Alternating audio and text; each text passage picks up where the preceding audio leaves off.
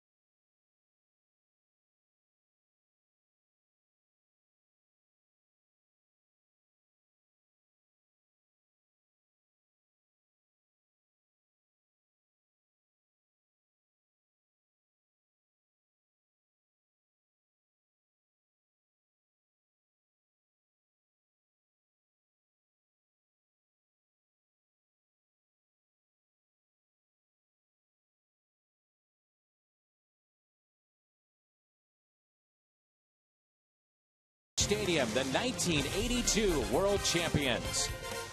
It went 7 games in the Fall Classic between St. Louis and Milwaukee. Let's take you back. Here's Pat Paris.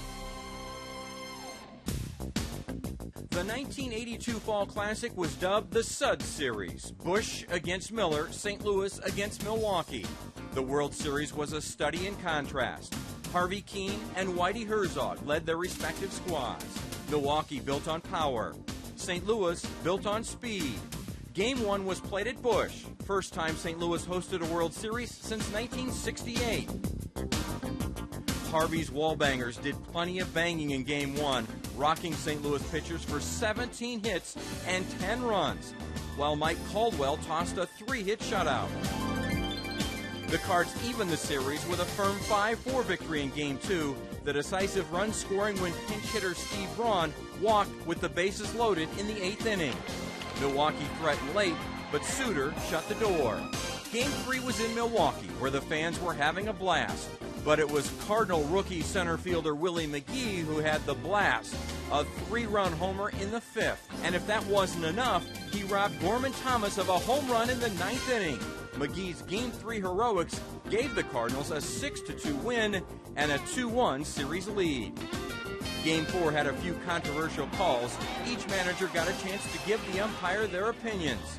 It didn't matter. A 6-run Brewers 7th tied the series at 2 games apiece. Game 5, usually considered pivotal, was a tight affair, but in the end, Robin Yount's home run helped Milwaukee outlast the running Redbirds. Brewers were 1 win away from their first ever World Series win, but the series was headed back to Busch. Game 6 in St. Louis was wet and wild. As the rain came down, the Cardinals' run total went up. 13 total runs by St. Louis. Meanwhile, John Stuper was solid against the vaunted Brewer offense, allowing just 4 hits and 1 run while going the distance. In Game 7, the Cardinals trailed 3-1 in the 6th, but Keith Hernandez's 2-run single tied the game, and George Hendrick followed with another single to put St. Louis on top. Bruce Sutter finished off Milwaukee with 2 perfect relief innings as St. Louis clinched their 9th World Series. Sutter from the belt to the plate. A swing and a miss, and that's a winner! That's a winner! A World Series winner for the Cardinals!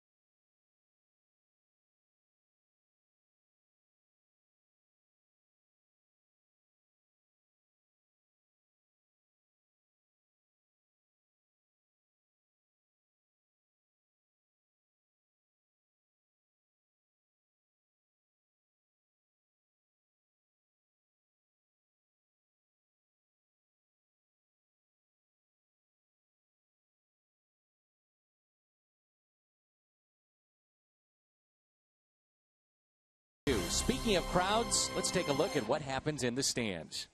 Nicely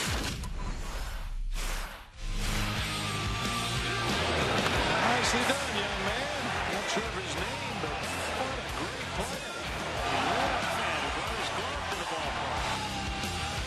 Brings the first pitch loose to handle the bat. No, don't take it. That guy's pumped up. He's excited. Get the bat. Nice play, Keeper. That's not the first time he's caught a foul ball. He went to throw it. And it slipped out of his hand and went right into the crowd. Staying late for the extra innings, perseverance, and picking up a souvenir. Watch this foul ball. Keep watching. I'm going to get that. Oh, sorry, ladies, don't mind me. Yeah!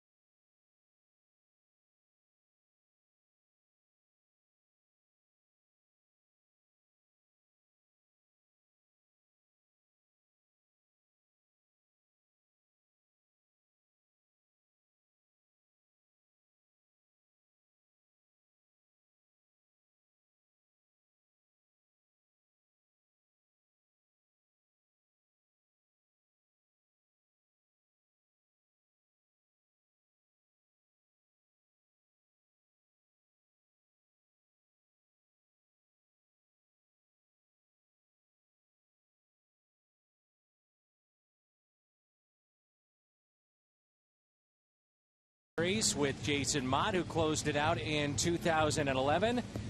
And of course, you have to mix in right in the middle there, Rick Horton, Adam Wainwright, who did it back in 06. Yeah, they both did it, but I love this conversation with these two. Very similar kind of personalities, very easygoing guys that certainly work hard and are very gifted. But I love the fact that Jason Mott is asking him questions. Well, let's meet this lineup of Milwaukee, brought to you by Southwest Airlines. Aoki, Gomez, and Braun, then Hart, Weeks, Maldonado, Ransom, Isturis, and the pitcher, Randy Wolf. And Joe Kelly gets the start for St. Louis. Kelly has been very good of late, a number of quality starts in a row. He has been outstanding.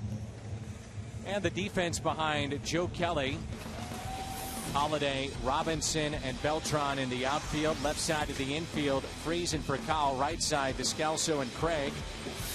And it's Yadier Molina, the Gold Glover. Good to see him healthy enough to play tonight. That's brought to you by Dobbs. Ron Renicky and the Milwaukee Brewers in St. Louis. And baseball tonight is brought to you by Budweiser. Great times are waiting. Grab some buds. By your Mid-America Chevy dealers, the #1 selling brand in St. Louis. Find us at stlchevy.com. By Dobbs Tire and Auto Centers, #1 for quality tires and expert auto service. And by Steak and Shake, just no equal. Hot, muggy night here in St. Louis. We've turned the page on the month of July and say hello to August and say hello to a lot of home games. And if the Cardinals are going to make a run this year, they'll have to do it a lot at home in the month of August, and they'll have to handle Milwaukee. 2 series remaining with the Milwaukee Brewers. 20 of the next 23 games are here at home. And this has been a team, Dan, that's really been kind of treading water for a long time, and it's time to start swimming. Aoki is their everyday right fielder. 1-0 pitch by Kelly. He is a strike. Mike Easterbrook is the home plate umpire, calling balls and strikes. Down at first, Tim Welke. He's the crew chief. Mike Everett at second. And the longtime major leaguer, both American and National League, when they had the split umpiring crews, Laz Diaz. 2 balls and 1 strike. 6 straight quality starts, 6 innings, actually 7 straight quality starts, but 6 innings, 11 earned runs in his last 6 starts. And unfortunately, he's not getting the wins. Joe Kelly not getting enough run support. Maybe that could change here tonight. Count falls to 3-1. Milwaukee has been on a tear with their offense, coming off a 3-game sweep of Houston, which they just dominated with the long ball. Team average was close to 400. 3-2 is the count. 4 games in a row where they've scored 8 or more runs. So you have to be careful with this lineup. Got to make sure the guys in the front, Aoki and Gomez, that you handle them in front of Braun. David Freese steps back a step or 2 down at third, and the 3-2 pitch is a ground ball. Backhanded by Descalso, 1 away.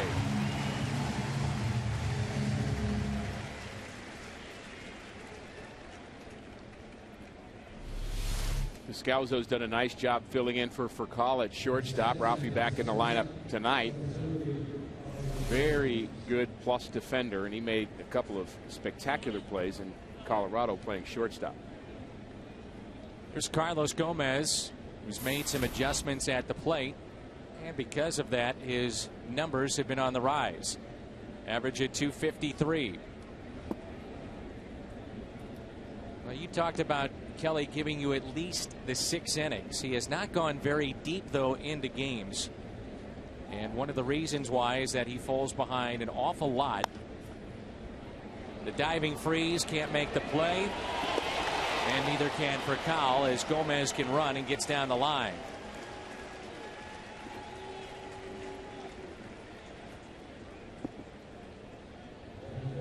Deep into counts, and you don't see Joe Kelly staying in deep into a lot of games. And that would have been a bigger concern perhaps 3 weeks ago when the Cardinals bullpen was struggling more than they are now. With the new faces, Fuentes and Mujica, Cardinals have gotten better output in the 6th and 7th innings. But I think Joe Kelly long term is going to be a guy that can go deeper into a game, but keeping away from the 3-ball counts and the deep counts is really the secret to doing that. Here's Ryan Braun, 29 home runs for Braun. Almost picked off Gomez. Craig thought they had him. Kelly has shown a quick move. Boom. Get rid of it. Bang, bang. Mike Matheny before the game tonight was talking about how strong he believes Kelly is. Also his athleticism. We've seen that as a pinch runner, also as a pinch hitter.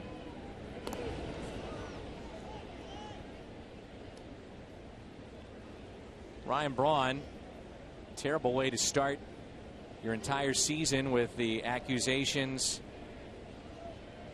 of the drug use and performance enhancers in spring training. That ruling was overturned. First time that's happened in baseball.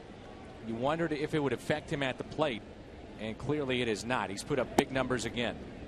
He's also putting up big numbers without having Prince Fielder next to him, and I thought that would be just as big a problem as all the allegations he was dealing with, whether he did or didn't.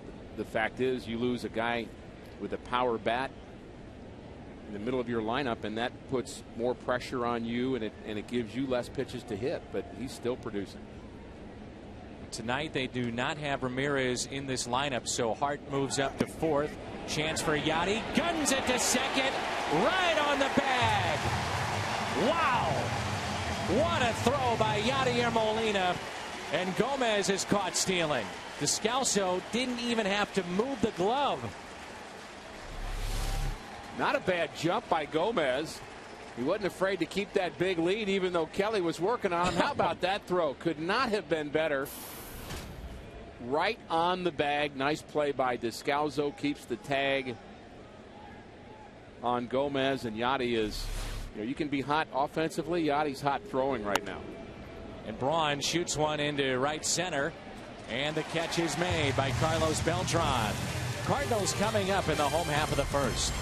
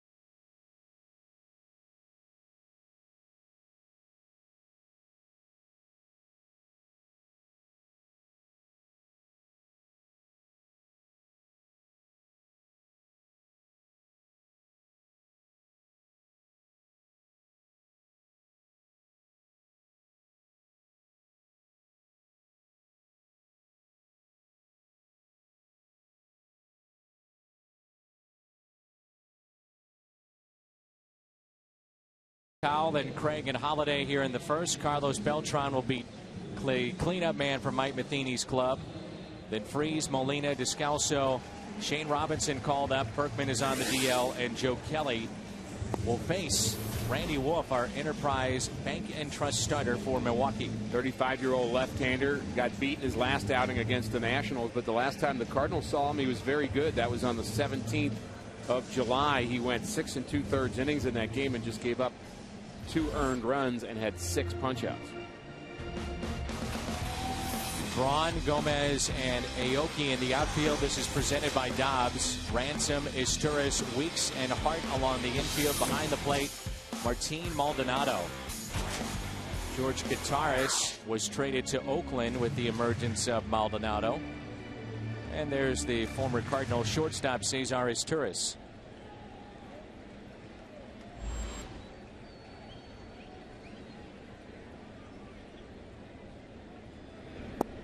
Rafael Furcal dealing with a sore back and looks at a strike from Randy Wolf, who was pitched well after the All-Star break.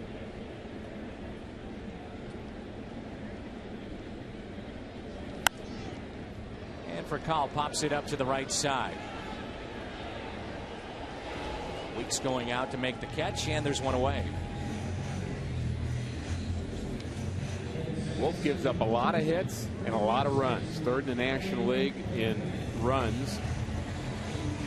But he's also very cagey.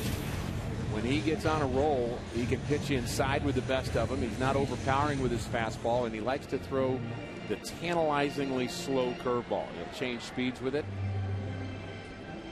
One of the crafty left-handers that we like to talk about. Now Alan Craig. First pitch is hit out of play and strike one. So on the previous start a few weeks ago in Milwaukee, Randy Wolf at one point registered a pitch that was under 60 miles an hour. I think you have to throw at 45 just to reach home. I think that's the physics of it. A little late on that swing. Hit down the right field line and out of play. Gentleman brought his glove, and he'll hear the boos. With a Lance Berkman jersey honoring Lance. Unfortunately, Lance has had a rough season, re-injuring his knee. The Cardinals with Shane Robinson in center field today. And Berkman is going to miss a couple of weeks and try to strengthen his knee. And it's just a shame that he's not been able to get on track. 0-2 is fouled back. Was talking with Lance before the road trip about his potential of the Hall of Fame, and he said, I've heard my name associated with that, but more times than not, with my kind of numbers and where I'm at right now, you've got to play 18, 19, 20 years. And according to him, he said, I'm just not sure going to be able to do that physically, nor am I sure mentally if I want to do that to extend my career. All players face that particular question, and I'm sure those thoughts are swimming around in his head right now as to whether or not this latest injury is just overcomable, and all the work that goes into doing that. Comeback player of the year a year ago, so he knows how to do it. But there's a will involved. 1-2 the count.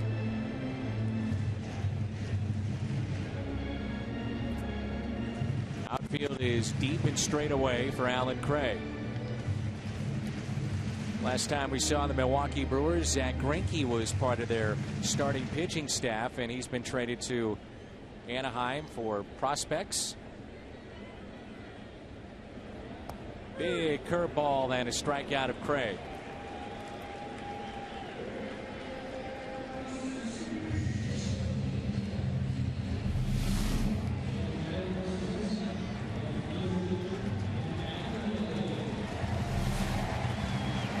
Most that follow the game will tell you at this point in the season, and we still have a long way to go, Andrew McCutchen would be their vote for the National League MVP. Joey Votto would be in the conversation, but he's been hurt. If Ryan Braun's team was a little bit better, you'd have to talk about him. And quietly in that conversation, you would have to think Matt Holliday would be in there. Quietly in the conversation, but not quietly on the field, because what he's doing lately has just been extraordinary. The home run power that he's showing, the RBIs, the fact that he actually caught Carlos Beltran in RBIs. Beltran added one in Colorado to retake the lead, but he has just been an RBI machine, a home run machine, and I think that conversation will continue as the weeks unfold here if Matt continues to swing the bat the way he has. Cardinals have matchups still with Pittsburgh. We talked about Milwaukee. Some games left with Cincinnati and Chicago. There's a strike, and Matt didn't like it.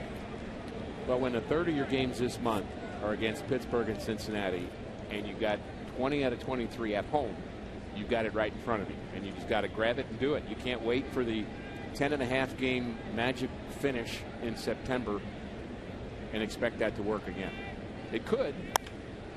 Hit sharply and off the glove of the third baseman, and no play.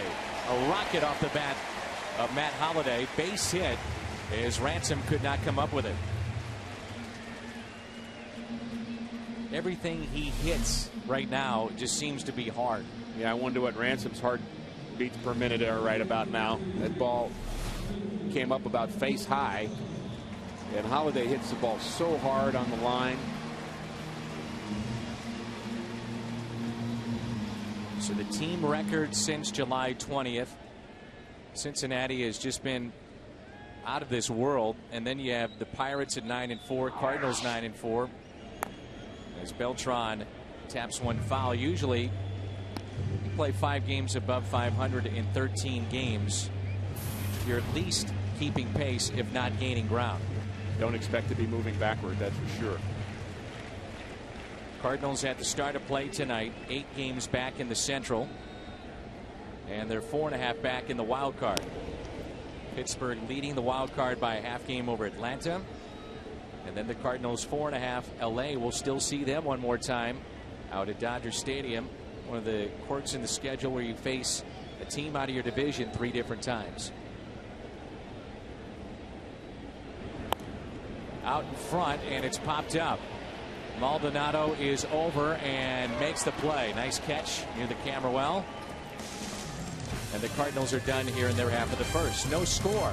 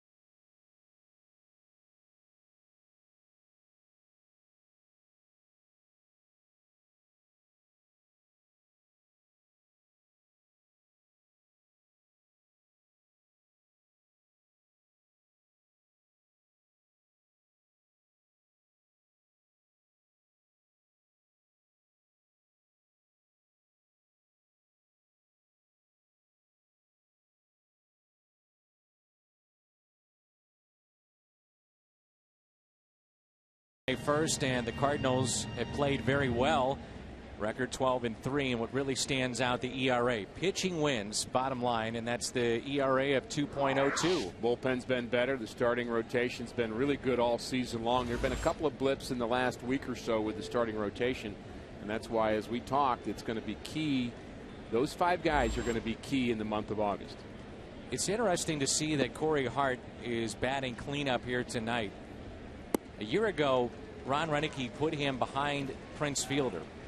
The idea being that he could provide a little protection with Braun and Fielder, but Hart later admitted, you just don't hear players say this, but he said, I didn't like that at all. I felt a lot of pressure hitting behind those guys and trying to put up numbers to justify being in that 5 spot, or tonight being in the cleanup spot hitting behind Braun.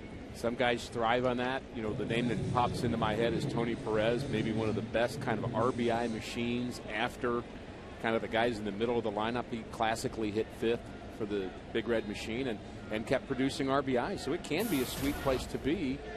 And yeah, there's a little pressure that goes along with it. Some guys like it, some guys don't. Here's Ricky Weeks. I was talking with Eduardo Perez a couple of weeks ago when they were in town, and he brought up his dad. And we were talking about situational baseball and how certain players just don't understand their role. And as he said, just as you did. So my dad, his job was to get people in, and his mindset was he wanted the pressure of driving guys in, and he also feels that there's certain players that just don't want that type of pressure.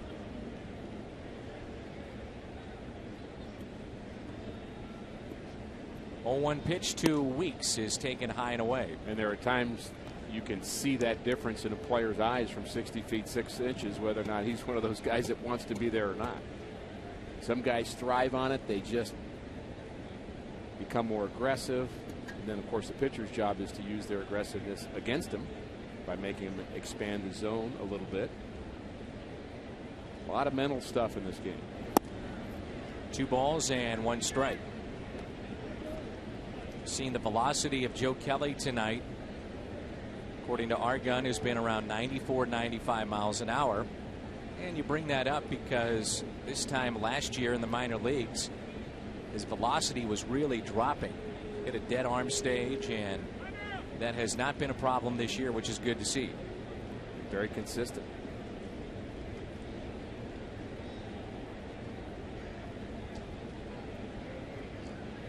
Two 1 pitch. His next level in his development is a more dominating, put away breaking pitch. Now, he can throw a breaking pitch. Everybody in the big league knows how to, but the point is, do you throw it with command and as a weapon? And he's not quite there yet.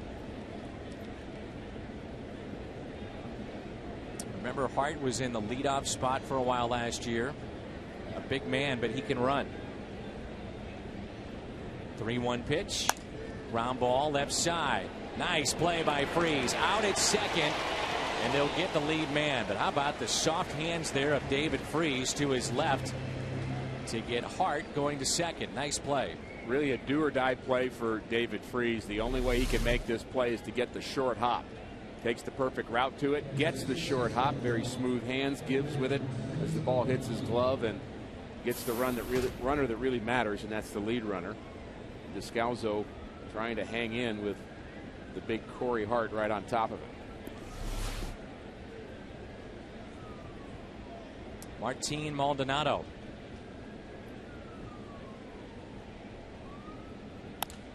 And that's a base hit out to left. Weeks to second. Stops there, and it's runners at first and second with 1 out. You mentioned the Brewers swept the Houston Astros, and one point you might make is, okay, the Astros are down, a whole bunch of new faces. That's just a bad team right now, so it doesn't really tell you much. On the other hand, when you get used to scoring 8 runs a game, if you're the Brewers, that can carry over against a better ball club. So that's the danger here tonight.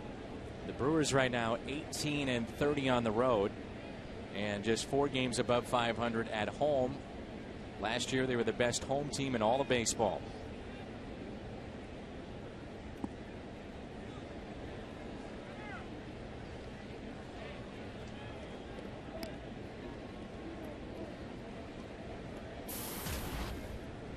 Ransom at 203 with 9 homers. He's driven in 37.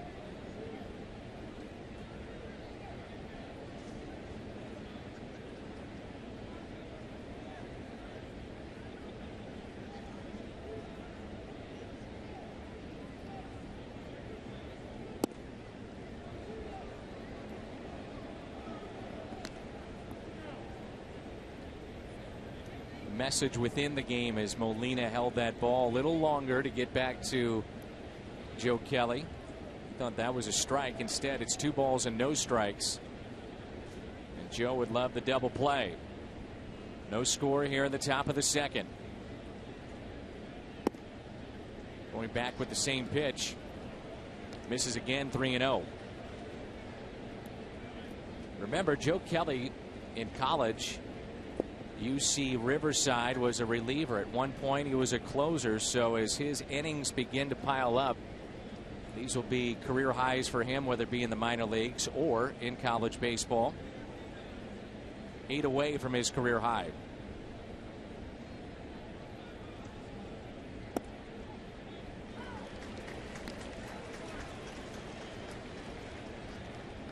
makes you wonder too, Rick. He is young. In baseball terms, he is inexpensive. How many times was his name brought up by opposing teams near the trade deadline? Saw a few tweets on that. A couple of teams interested in him, and he's the kind of guy you want, that you can control a bit contractually, and a guy that has some upside. Walk to Ransom, and now it's Isturis. Remember, North Star Ice Cream, and that'll be this Sunday. Another reminder, too, that Sunday's game is on ESPN Sunday Night Baseball, so the game time has changed. Cardinals that night will be wearing that victory blue, powder blue uniforms, and Milwaukee will wear their throwback blue uniforms from 1982 tomorrow night. Bases loaded for Cesar Isturis. Switch hitter, batting .239, and in his career always noted for his glove and not his bat.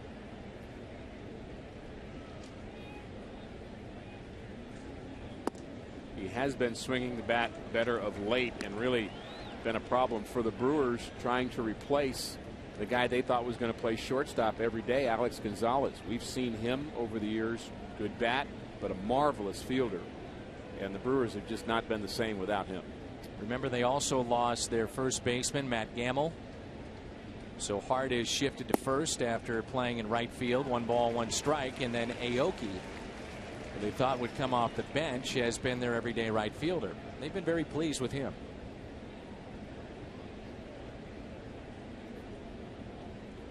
Outfield very shallow for Isturis. A chance to do some damage here for the Brewers here in the top of the second.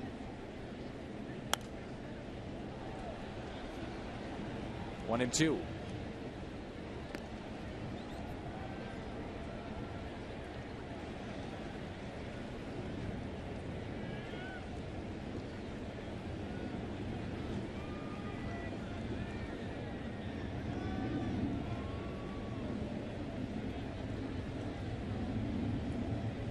Here's a 1-2 pitch. A little tapper to the right side and foul. I guess, Rick, we should not be overly surprised as you get a look at Randy Wolf, who's on deck. He can swing the bat a little bit. But the numbers for Kelly not going deep into games, a byproduct of a lot of pitches, and the fact that in the minor leagues he would walk quite a few too once he was converted to a starter. Here's a 1-2 pitch. Little tapper out to the plate. Kelly to Molina for the force. There's the athleticism that we talked about. And he used his brain there, too. What I liked about the way Joe Kelly attacked that ball is he didn't panic. He didn't rush it. You can almost see himself willing his body to slow down a bit and just get one. There's no way you're going to get two. And then just make a nice, easy flip. You're right. He's athletic. He's shown that in a number of ways. And he helps himself out defensively. I think the first time I really saw that was on the road trip to Miami. Late innings, he picked up an infield base hit, his first in the major leagues, and beat it out. Proved to be a very key hit and RBI. Cardinals eventually won that ball game, dramatic fashion, by a run. So you get that 8th place hitter with the bases loaded and 1 out. Mentally, don't give in to Randy Wolf. Put him away. I'm sure he's well aware of Randy Wolf's ability to hit. He has some power, and I'm sure that was explained to him very clearly in the meeting with the pitching coach and the catcher prior to the game. That's a pretty extensive meeting, too. Talk about what the strengths of hitters are and what they like to do in their approach, and lot to take in for a rookie pitcher.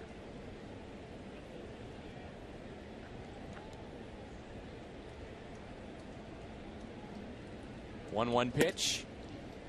Just missed. This has been a pretty tight zone for Joe Kelly early on.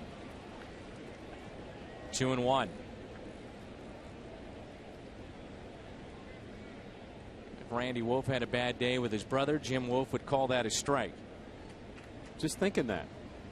Here we go, thinking alike again. Oh, yeah. Very scary. There's a base hit into right. 1 run will score. The throw by Beltran. They'll test him. It's to the plate, but not in time. 2-0 Milwaukee. Randy Wolf with a base hit, and he drives in 2. That's RBIs 3 and 4 this year for the lefty, and it's 2-0 Milwaukee. Joe Kelly helped himself defensively on the ball hit back to him by making a good play. And now Randy Wolf helps himself offensively with the bat. A pitch middle. And that may be the difference between being a 2-1 count as opposed to the 1-2 count. If he'd have gotten that pitch before, perhaps he wouldn't have gone so much in the middle of the plate. Now is the time to compose yourself and move on. Move forward. Runners at first and second. Aoki on a 3-2 pitch. First time up, grounded out to second. 0 for 1 on the night. 4 hits already for the Brewers. As we celebrate the 1982 champions, Bruce Sutter will join us. Home half of the second inning. The Hall of Famer, who's been instrumental in getting many of his former teammates here to town.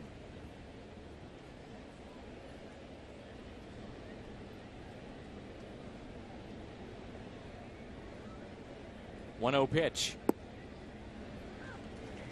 This time he gets the call. Hasn't got that all night. A delayed call at that.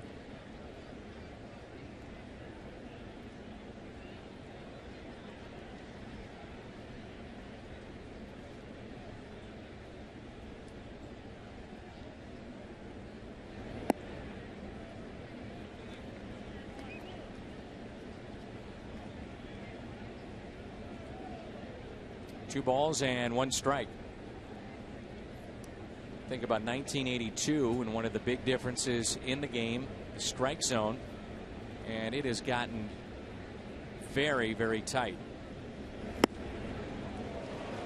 And even from the time when you played, Rick, you're talking about 85, 87. You were world champion with the Dodgers in 88, early 90s. It's even gotten tighter from that time. And I think that the tightness that I think hurts the pitcher more is not getting just below the kneecap, because that's the pitch that produces a lot of outs. A lot of people talk about the pitch up in the strike zone, wanting the high strike. But to me, the rule book says that it's the hollow just below your knee. And of course, that's pretty arbitrary, a little subjective. But when you get that pitch that's below the knee, you're just going to get a lot more ground balls and a lot more outs.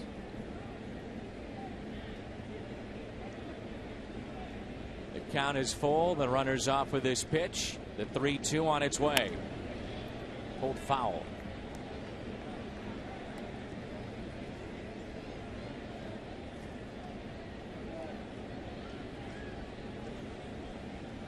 Eleven pitches in the first inning for Joe Kelly. 28 here in the second.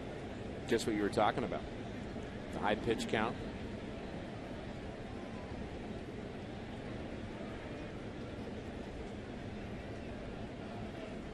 It's another 3-2 pitch and hit left side for a base hit. 3-0 Milwaukee. No play or throw from Holiday.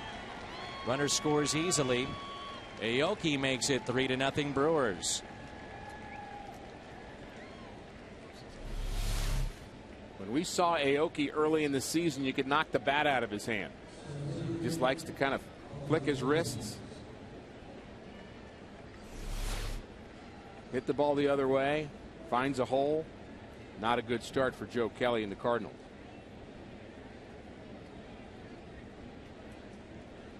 Now Gomez, who had an infield base hit left side and then was thrown out by Yadier Molina. Caught stealing back in the first inning for out number 2. This is back to Kelly. Makes the play, and coming up, a special treat all the way from Georgia here to the Gateway City. Engine number 42, the Hall of Famer, Bruce Sutter. He'll visit next with us.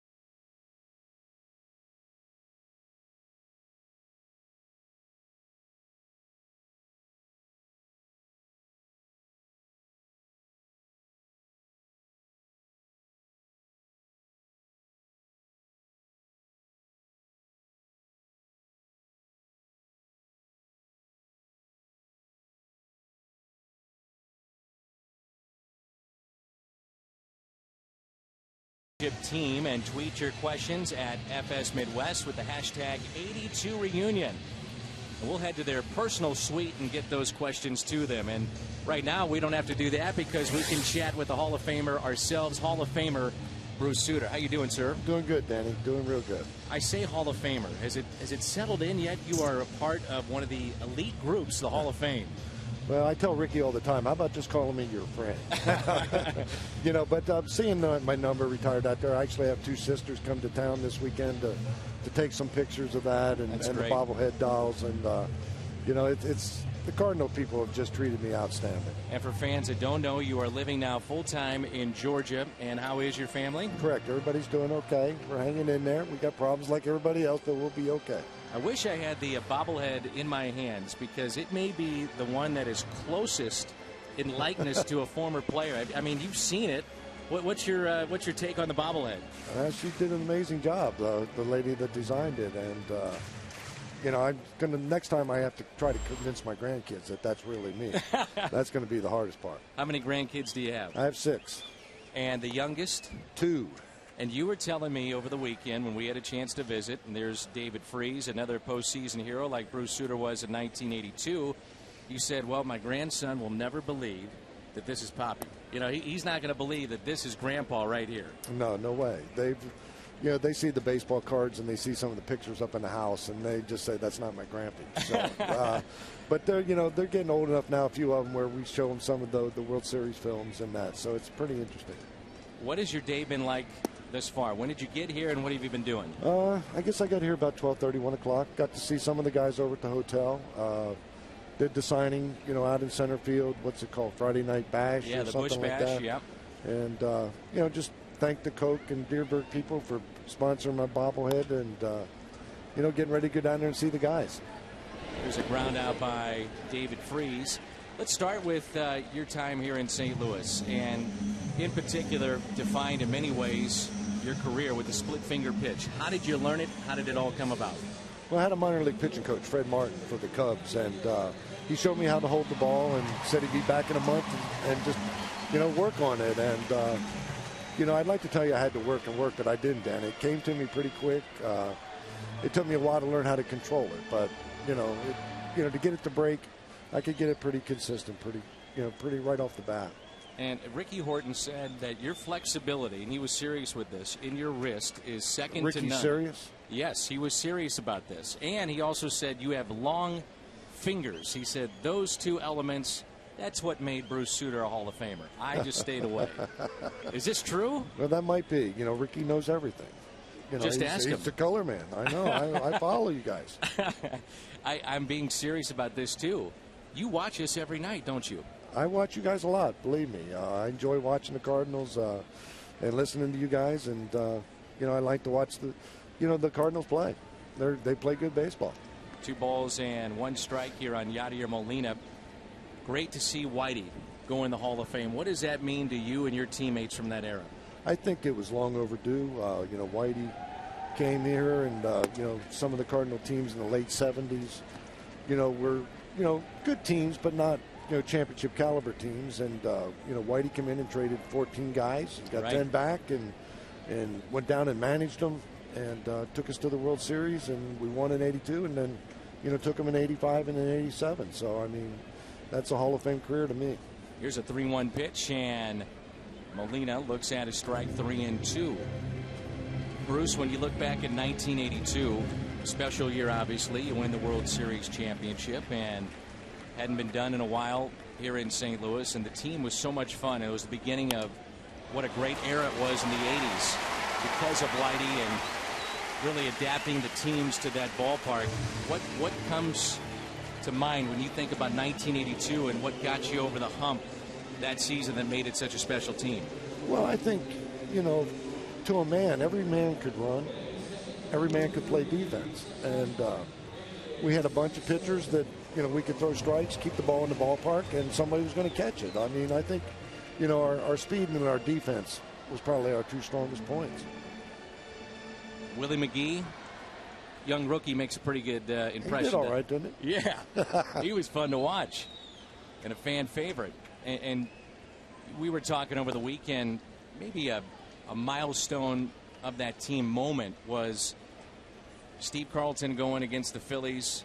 You're going back and forth with the Phils for the East Division, and all of a sudden Mike Schmidt steps up. You've got what, the bases loaded, right, in the 8th inning, and Whitey calls on you with 1 out. Right, but I think I misled you a little bit, Dan, because Rick Hummel, the commissioner, corrected me the other day. Really? It was Krukow, not Carlton. Okay. And I came in with runners on first and second and gave up a base hit to load the bases, and then I got Smith. Well, then you got out of it. Then it. I got out of it. Well, so, still, it all. But it ended up 2-0 game, and it was a game that really propelled us into first place and kind of just got us going.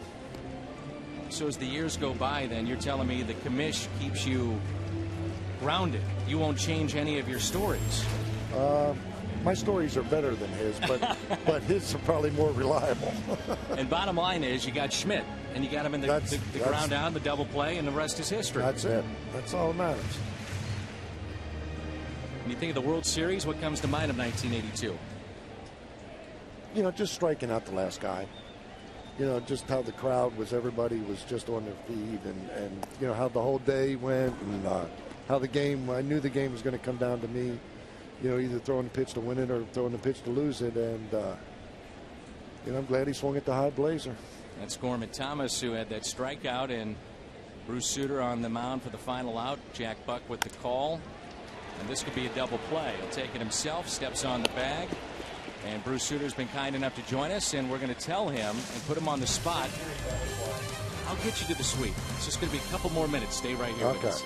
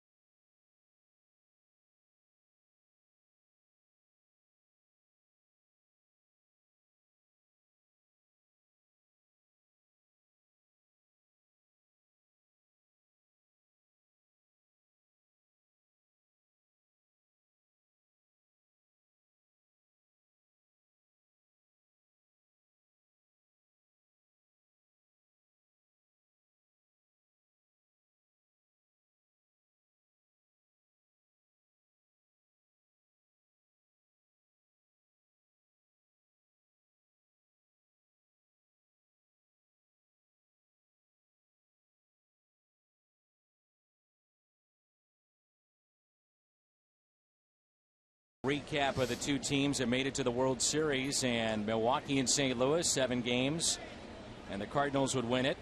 200 steals, and a team that went 92 and 70. Lonnie Smith, big difference maker there, obviously, with 68. And you think about it, Bruce, the stolen base, kind of a lost art right now in the game of baseball, isn't it? Well, baseball kind of went to the 3-run homer. They're building the parks more homer friendly, but I think more and more teams are going to go back to trying to get at least 1 or 2 guys to manufacture some runs and steal some bases. I think we proved, and the Cardinals have proved over the years that, we're starting with Lou. Absolutely. That having that guy that can walk and steal second and third, turn it into a triple in 2 pitches is a pretty valuable tool. This is Ryan Braun. Now, you had the ceremonial first pitch. Bruce Sutter, the Hall of Famer, is with us, retired number 42, the left field wall. And Jason Mott, former catcher, and closed out the World Series last year, caught your ceremonial first pitch, and our cameras caught you guys talking a little bit about, it looked like grips maybe, or how you're throwing a certain pitch. Can you tell us a little bit about that conversation? Yeah, Jason wanted to know how I held my fastball, because since I was the 98 guy. Yeah, right. No, I've been watching, I do watch the Cardinals play a lot, and and I've been seeing him cut some balls. And I just, wanted him to show me how he was holding it to cut it, and some of the things that he changed from being a catcher to being a pitcher. And I remember Jason, from a few years ago. He came out of spring training as a closer, and he lost opening day. That's right. And he wasn't the closer after that. And for him to fight and get back and do what he's done has just been, remarkable and great, and just a tribute to a great young man. And I always enjoy talking to him when I come back in town. Yeah, that was against Pittsburgh, and you might remember Jack Wilson, 9th inning, opening day, picked up an extra base hit. Pirates would win that game, but Mott has regrouped, and this time last year was about the time that really he became the everyday closer, and the rest is history, and he's been very good this season. This is Corey Hart, and here comes a 1-0 pitch. You think about Bruce, and you talked about it in that game against the Phillies. When you think about a closer back when you were doing it, it was not just the final out or 3 outs. It was multiple innings at times. Well, at times. But we had good setup guys. We had Doug Bear, we had Jim Codd, we had John Martin, we had Jeff Lottie. We had, guys down there in the bullpen that had been closers in their life, and now they were doing the setup role. And, we were strong. After the 5th, 6th inning, we didn't lose many games in those years. What do you think about the specialization? We saw it time and again with Tony, obviously, the way that he managed, but now the specialization of the game, and in particular the bullpen. Well, it's here to stay. I mean, it was down. I have a boy that coaches college and a boy that coaches high school, and the closer's a 1-inning pitcher in high school.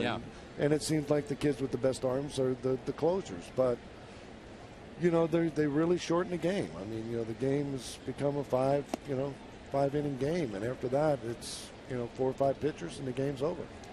Hall of Fame ceremonies were a couple of weekends ago, and it's 3-1 here on Corey Hart. What is that experience like to go back, and the attention isn't necessarily on you because you've already been inducted, but you get to really enjoy the experience? What's that like? Well, it's just fun to be part of that. It's fun to be there with all the guys, Willie Mays, Sandy Koufax.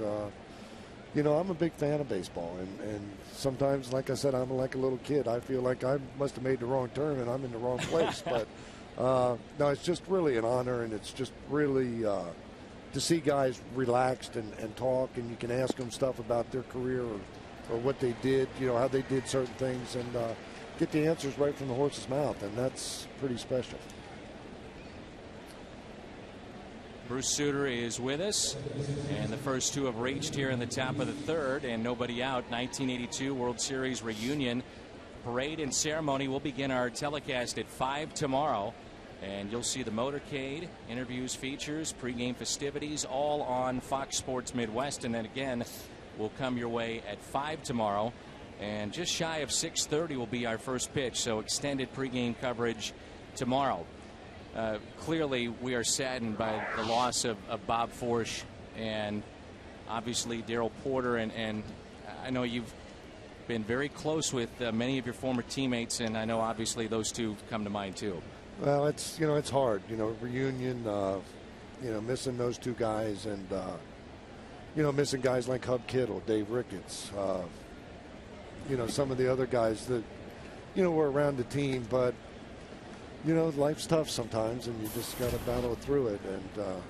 And, but we sure miss him, and we all loved him, and, wished he was here with us. Absolutely. Here's Ricky Weeks, average at 212, first time up. Weeks grounded into a fielder's choice, and Joe Kelly would love to see that here. 5 of 14 first pitch strikes, the 1-0. Here's your double play. Out at second. The turn by Descalso, and Craig is just off the bag, and Weeks can run a bit and gets down the line. I think of Oberkfell to her, Ozzie just watching, and then the stretch over at first by a great glove man and Keith Hernandez. Pretty good infield back in 1982. Pretty good. Yeah, if you kept it in the ballpark, there was a good chance somebody was going to catch it. I think we had him. Pretty close. Beats it out, runners at first and third, keeps it now with 1 out and a chance for Martin Maldonado. What's the biggest change? And as you've talked about, you watch a lot of baseball, watch the Cardinals. What's the biggest change in the game that you've seen? The bullpens. Specialization. Absolutely. And the manager, he's only got 12 players. He's got 13 pitchers, and his hands are tied. He's got to be, smart about giving guys days off, and he's got a, there's not as much double switching as Whitey used to do, but then we had specialized guys that would come in for defense and running. Now they're just on the pitching part of it. Sure. Do guys, when you go back for spring training, and it's great that Mike wanted Ozzie there and yourself and any of the Hall of Famers to come back, do the modern players come to you, Bruce, and say, can you show me the split finger? How did you throw your fastball? What'd you do in this situation, whatever the case may be? Not really. We get to talking, but, they're guys, they got to do what they do to get here, and they got to keep that, and they got to understand that I didn't have any choices. I had to throw the split finger. If I could throw 98, there probably wouldn't have been any split finger. But, no, they're good. They're interested. They like to know, or they'll see a film clip or something. The Cardinals are so good about bringing us back and showing replays and stuff. And so sometimes they'll ask, but most of the time they got to stick with what they got. Now, in this particular at-bat, we've seen two really good fastballs in on the hands of Maldonado. I'm assuming that's something that's changed from your era to now. You just don't see guys pitch inside as much. Well, I wanted to see what he's going to throw there. No, the guys back then, that was part of it. Bob, would dust you, knock you down. And, now they don't want that in the game. And I don't know that there's, a place for the knockdown, but there's, you got to be able to pitch inside to get away with some mistakes away. And so even the young pitchers, I don't care, if you hit them, you hit them, but you got to come inside and you have to get away with your mistakes. Hall of Famer Bruce Sutter is our guest. Great to have him in town. His bobblehead tonight, reunion of the 1982 championship team. Nice pitch there. Gets him to chase. And with 2 outs, runners at first and third. Going inside, and then got him to chase.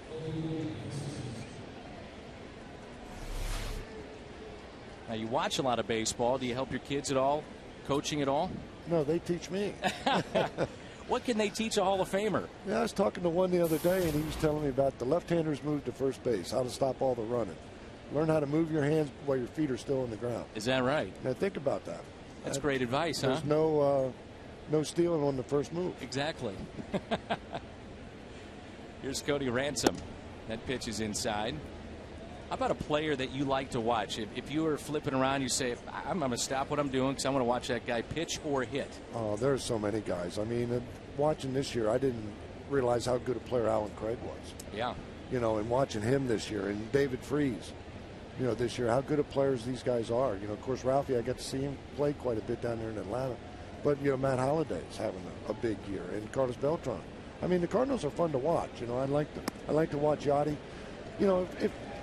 I think Robinson Cano is right there as one of the best players in the game. He's a great defensive player, and he has power and average. But, the Cardinals, they run a lot of good players out there. As we saw last year, anything can happen, and they're in the wild card, which is something you did not have to deal with. And for the fans, they love it. Players keeps them excited, too. Organizations feel they're still in it. It seems like that's been a good thing for baseball.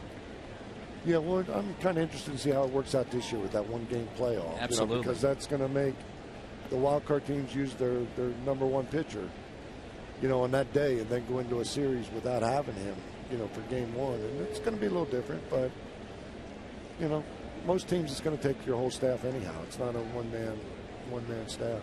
2 balls and 1 strike on Cody Ransom. And that is taken a little bit low, and you'll be heading to the suite with the other guys. Anybody you haven't seen in a long time that you're really looking forward to getting with? I'm looking forward to seeing Mr. Kitty Cott. I haven't seen Mr. Jim for a while, and sit down and see what he's up to. Now, he does a good job on TV.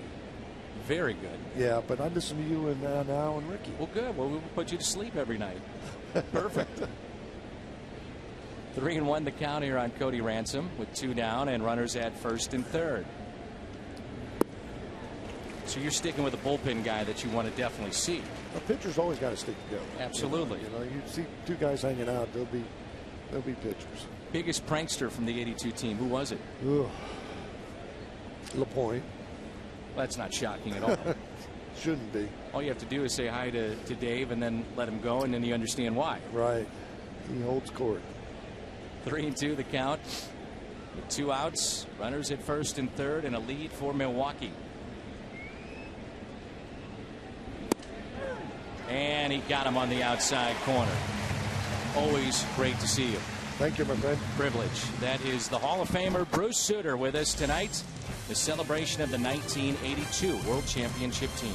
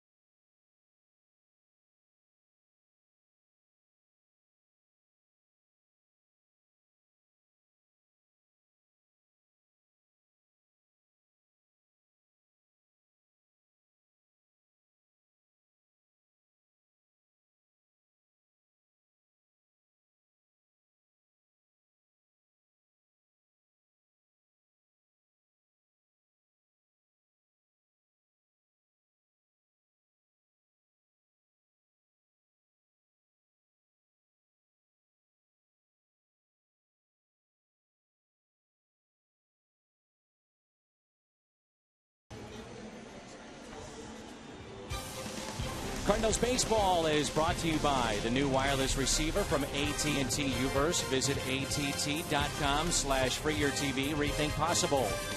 MyKiaSt.Louis.com. And get the All-American Jack Combo at Jack in the Box. It's a no-nonsense burger with fries and a drink for only $4.99 plus tax at participating stores. Great to visit with number 42, the Hall of Famer Bruce Sutter. Rick Horton back with us, Dan McLaughlin, and the recall of Shane Robinson to the big leagues. It'll be Robinson, Kelly, and for Cal.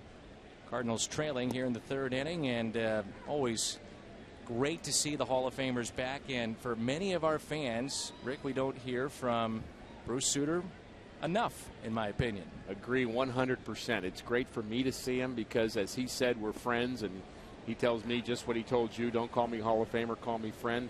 And wonderful to hear him, as you talk about the Cardinals, for him to continue to use the pronoun we. And I think that's just a special part of Bruce, who he is, very humble, very connected to the Cardinals still, and I know a treat for the fans to get to hear from him tonight. It was great. Yeah, and Bruce was telling me over the weekend that he absolutely loves the fact that the Hall of Famers are brought back on opening day. It means a lot to them personally, their families, and you know, Bruce was, it just always seemed, even before he went into the Hall of Fame, he was a part of Cardinals family, and obviously the great history of St. Louis Cardinals baseball. And a Hall of Fame teammate. And if I say too many good things about him, he's going to come back in here and slap me. I'm very aware of that if he hears me talking good about him, because he's, again, such a humble guy, but really an outstanding teammate. Has to be quick here, and Robinson is retired. Well, Cardinals are chasing two teams in the Central Division, the Pirates and Reds. And that's Chris Heisey going deep for Cincinnati off of Wandy Rodriguez. And Matt Latos would step up and help his own cause, as Latos getting the start tonight for the Cincinnati Reds. And we know it's a home run park, and he takes one deep, 3-0. That's in the top of the 8th. Reds, obviously, late innings now have to be considered one of the better teams in the back end of their bullpen. Broxton, and then Aroldis Chapman, and it seems like the only time that Chapman has had any issue is outside of the National League in interleague play, and that's it. Yeah, not much of an issue with that. He's just dominating right now and just keeps climbing the leaderboard with saves. And you know, he really is just electric. And unless he somehow hits a speed bump, the Reds are going to be tough to beat. Still plenty of time, but it's always an interesting question. Who are you cheering for to win and lose this weekend of two teams that you have to chase and try to catch? Well, you start with you want them both to lose, and you realize that can't happen. So it really is a good question.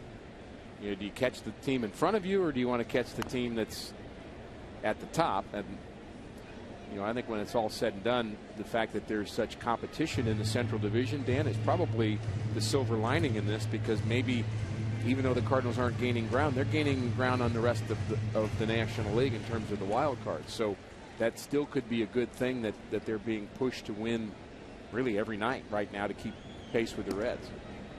2-2. I understand that's a reach as a silver lining, but we've seen that happen before. You bet.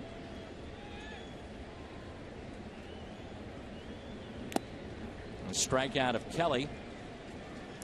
The second of the night for Randy Wolf. MLB.TV, wherever you may be, vacation, on the road, for work, whatever the case may be. Take us with you, MLB.TV. So glad to see Bruce Sutter here and listen to him up here in the booth. And I'm just reminded of my first year here in St. Louis. I was doing an interview at 5:05, and it was a live interview on the field, TV interview, and went out to do shag in the outfield. Bruce met me at the foul line, and he said, "What time is it?" And I said, 5:05. And he said, 5 o'clock is Whitey's time, and don't you ever violate that again. And I said, well, I was doing an interview. And he said, I don't care. It's Whitey's time. You do and be where you're supposed to be. And I'll never forgot that. Bruce is embarrassed when I say that, because it's a little out of character for him in some ways. But he held so much weight in the clubhouse in terms of what was right and what was wrong. You mentioned and brought up Bob Forsch, very similar. Those two guys, great friends, great leaders in the clubhouse, principled leaders, not just on the field, but how do you play the game correctly. And I learned so much from both of those guys. I'm indebted to their friendships in ways I can't even explain. It seems like Bruce and you and Al have for a number of years run the fantasy camp, and Bruce was there this last year, and it seems like he just eats it up being a part of the Cardinals. And obviously, if you're a big-time fan, you're going to fantasy camp, and he loves it. And he humbly asks every time, well, if you guys want me, I'd like to come back again. Right. As if that's really in question. Here's a 3-1 pitch for Kyle. Little bouncer to the right side. Weeks from his knee and makes a nice play. Takes a hit away from Kyle. Cardinals go in order, and they trail tonight.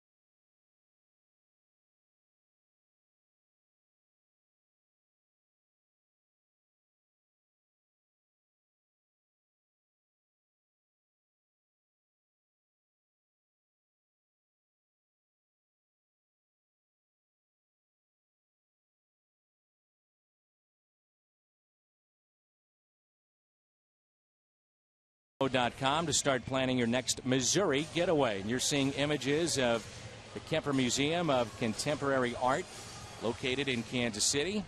Kemper Museum has a growing permanent collection of modern and contemporary art. All galleries are free of charge and open to the general public. Find out more about the Kemper Museum of Contemporary Art at visitmo.com.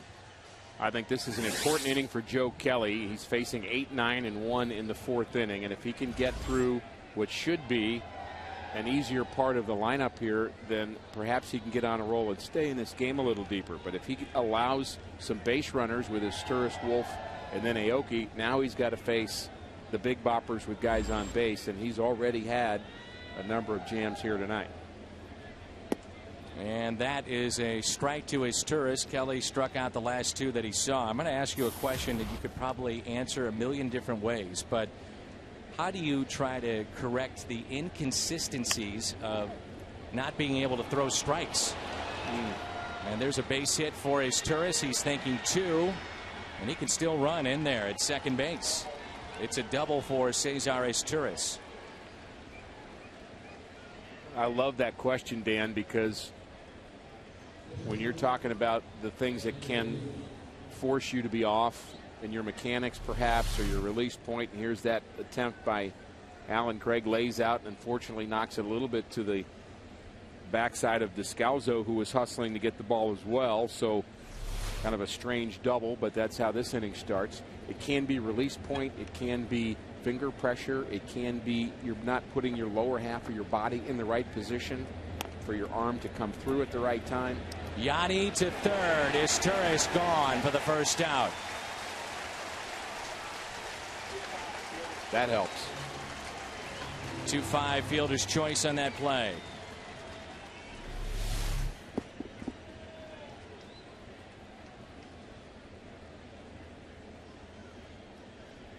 Mentioned how well Yachty's been throwing of late. Again, he's just low on the right side of the base with every throw. Both he and Tony Cruz threw very well on the last road trip. Could really be a weapon. I think the key when you're having control issues is don't tinker with too much. It's a little bit like, and I know not all of our viewers are golfers, but anybody that says, well, how do you stop slicing? And there's about 5 things you can do, and you try all 5 of them at once, and you wonder, okay, which one of them really helped me here? You got to kind of go at it piecemeal and figure out, how do I make that small adjustment to get that ball on the corner instead of a few inches off the plate. Are those corrections primarily done in bullpen sessions? I think they can be done playing catch.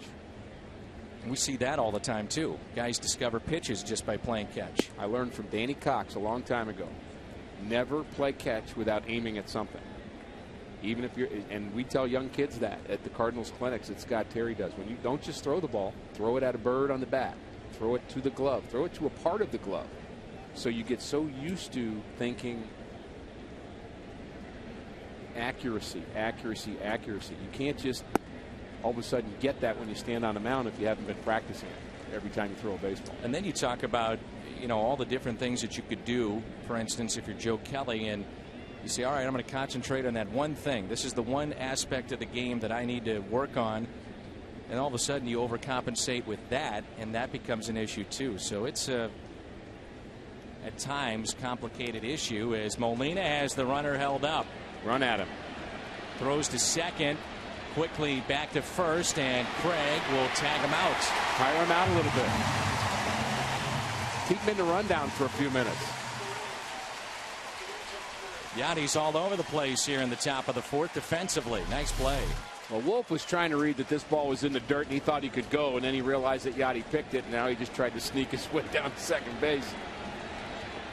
And not the cleanest rundown you're ever going to see, but it produces a result.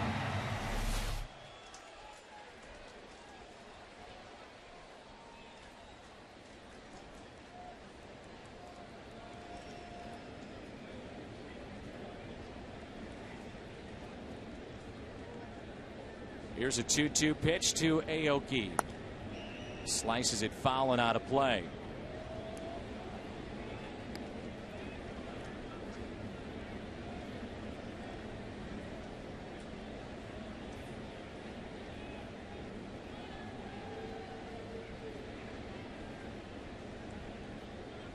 Well, we were hoping for a nice, easy 1-2-3 inning. It hasn't exactly been easy. But he might get the 1-2-3 he wanted if he can get Aoki. Again, very interesting style of hitting by Aoki. A lot of moving parts with his lower half.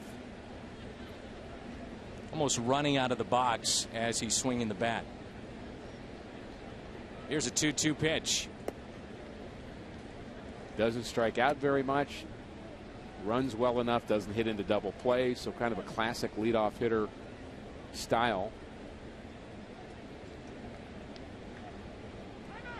I say classic, almost a little more old school.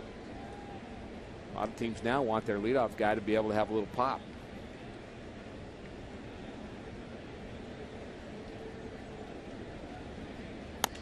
"3-2" is slowly hit towards short for Cowell to first, safe.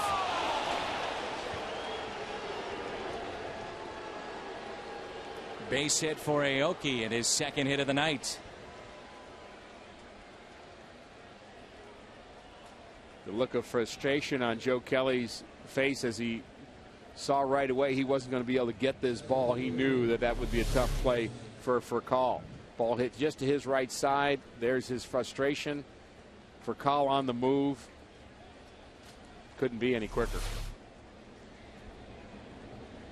Rafael Furcal, when he came over to St. Louis last year, just tore up Milwaukee. Made every play and was hitting home runs.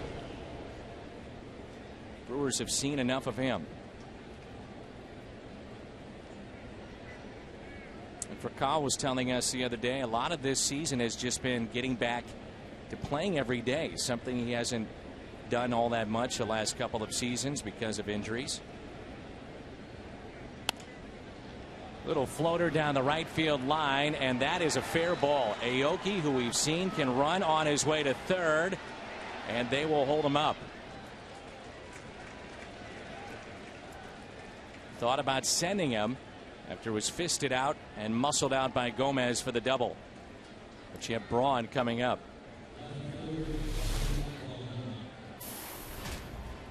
Couple of feet fair into the corner. The runner Aoki has good speed, but Beltran gets to it quickly, and good communication to Descalzo to let him know that Aoki wasn't going. Somebody was yelling to him, I think from the Cardinals dugout, because he could have just turned and fired that ball aimlessly, and kind of nice to make sure you've got teammates there being your eyes and ears for you. Thinking along here with Mike Matheny, first base is open. Would you want to deal with Hart with the bases loaded? The other part of that is that we've seen that Joe Kelly has been inconsistent inside the strike zone, so load the bases and then you worry about his control. I think that's why this is the good move to go ahead and pitch to him, and that's kind of against some common sense, as good as Braun is. Hart may be the hotter hitter of the two, another factor, but when you've got a pitcher that maybe at least tonight you're not trusting to be able to hit corners. If you've got Kyle Lohse on the mound right now, you're walking Ryan Braun, because you know he'll make the pitch that he needs to make to Corey Hart. So that last pitch in on the hands of Braun, and we noticed the last road trip to Milwaukee how far away now he stands from the plate. Well, he has a sore thumb too, and that's part of it, and that's not going to help. Cincinnati and Pittsburgh have had fits with Ryan Braun. St. Louis, well, they've seen one home run. You expect that, and only 2 RBIs and a .233 batting mark. Having some minor issues with his left hand. That may be part of the reason why he's staying so far off the plate.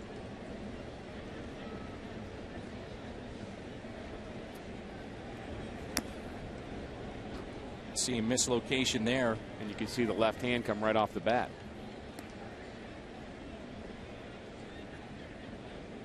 Well, even when he's not 100%, he's still a pretty good man to send up to the plate if you're Ron Renicky. You bet.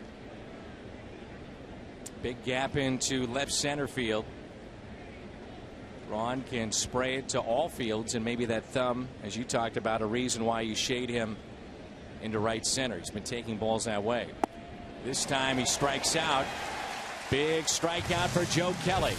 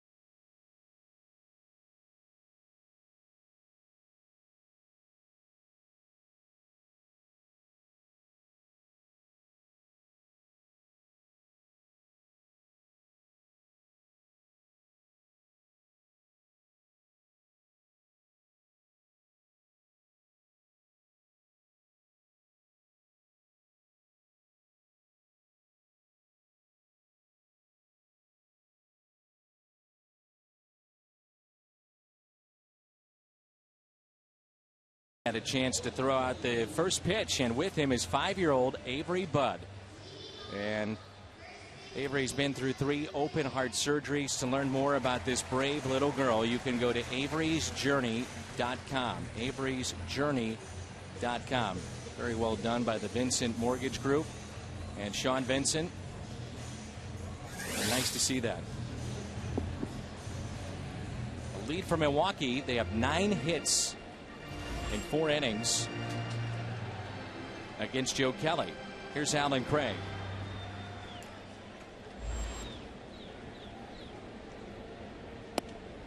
Randy Wolf has not been going deep into most of his games this year. And for Ron Renneke, when they look back at the 2012 season, one of their issues will be with their former closer, John Axford.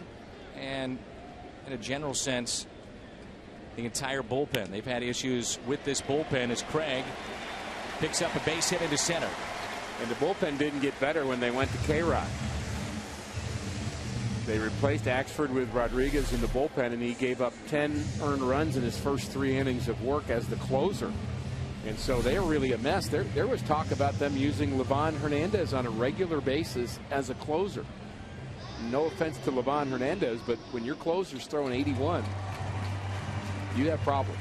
And as we talked about with Bruce Sutter, the specialization of the game, and you just don't see closers unless it's a unique situation go more than 3 outs.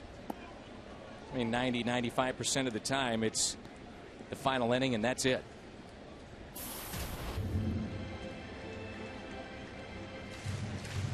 I'm just sitting here trying to figure out which letter in Big Mac land Holiday's going to knock out. Check swing and did not go. I'm going to go with the C. We've seen him do it a number of times in batting practice. And if anybody can do it, it's him. He's gotten the I, and he's also gotten the G. $1 discounts, by the way, on McCafe products. All St. Louis McDonald's restaurants currently. Got the smoothies and the shakes. All at McDonald's, and they'll take $1 off. 2-0 the count here on Matt Holliday. Short lead at first. 3-0. Randy Wolf asking for trouble right here.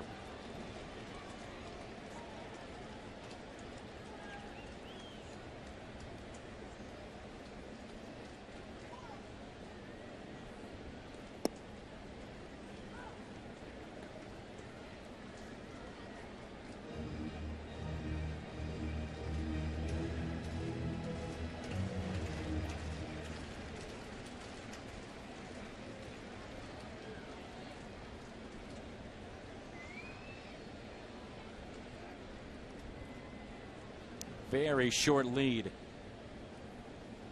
at first base by Craig.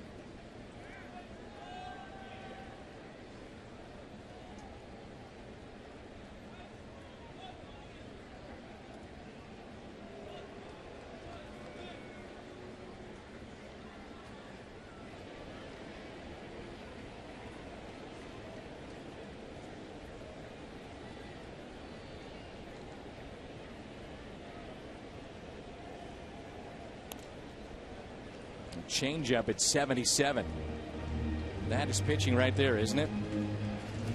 That's really what he does. And don't be surprised if he doesn't do the same thing with a 3-2 pitch or throw a curveball. He's very confident, and that's the whole command question. It's not can you throw the pitch, but can you throw it any count to any hitter, any night? And that's what good pitchers do. And that's why he's won 130 games in his career. Holiday skies one into center. Gomez now picks it up. Time of night where it's not all that easy for anybody to find the baseball, and he did to make the catch. We're at Busch Stadium in St. Louis inside the Central Division. The Cards and Milwaukee. Dan, Rick, and Jim with you. They're celebrating the 1982 championship team all weekend long. Aoki, the leadoff man, is 2 for 3, and Joe Kelly so far 4 innings. He's given up 9 hits, but only 3 earned runs as Milwaukee is stranded 6. Celebration, the right word, too, because you think about that 1982 theme song for that team, the Kool and the Gang song, Celebration. Every time I hear that song, I think 1982. I think 1982, and I think world champions. That's a fair ball. Down into the corner. Craig digging for third. Now they'll wave him in. He hesitated, and they stop.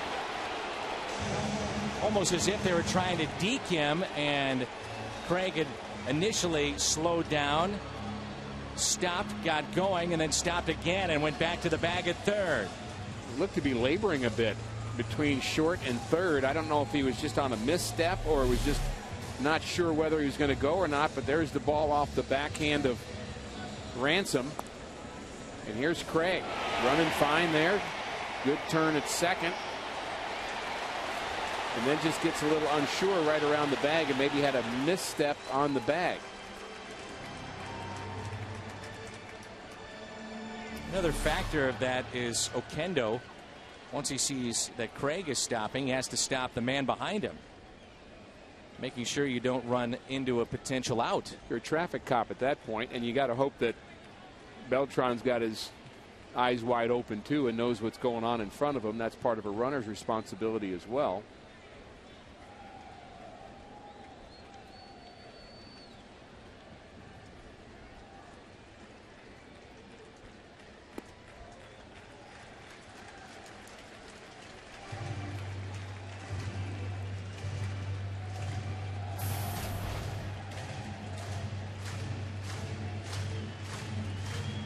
Beltran's not able to add to his league-leading RBI total. He's first, Holiday's second, Braun is third, and they're all in this game in the National League in RBIs. David Freese has 59 of his own. And one of the hottest hitters in baseball coming into the month of August, hit close to 500 in July. 2 balls and no strikes. And Dan, I think this is what makes the Cardinals so good. You get an RBI situation, you get through your big power guys 3-4, and then you still have David Freese and Yadier Molina to follow. There aren't very many teams that go that deep with guys that have such power potential. Cardinals with 5 players with 15 or more home runs. Freese, bouncer up the middle. 1 run is in. Here comes Beltran. He will score. Freese gets him on the board, and it's now 3-2. 61 driven in by last year's MVP.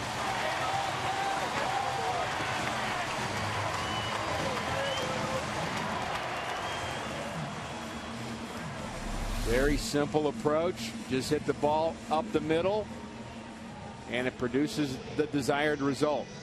Wolf can't get it. 2 RBIs for Freese. Cardinals back in it.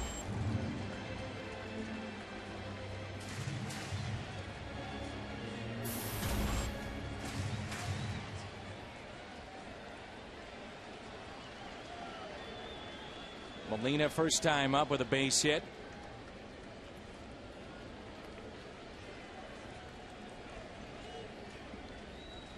Haven't seen many base runners tonight against Randy Wolf.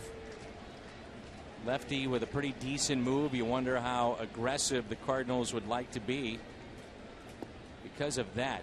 Very slow to the plate at 66 miles an hour. I think a lot of Cardinal fans may wonder, why do so many pitchers throw to first base when David Freese is at first? He's not a guy that steals a lot of bases. I think the reason is Yadier Molina's often behind him, and a guy that would be a natural hit and run guy, and they're just trying to minimize the effectiveness of a potential hit and run, so they do want to keep David Freese close at first. We haven't seen a lot of hit and runs with this combination, but certainly makes sense. Cardinals are 3 spots away in the lineup from Joe Kelly, and now they're going to get activity up in the bullpen. That's a final. The Reds do it again. They win. So Cincinnati behind Matt Latos tonight.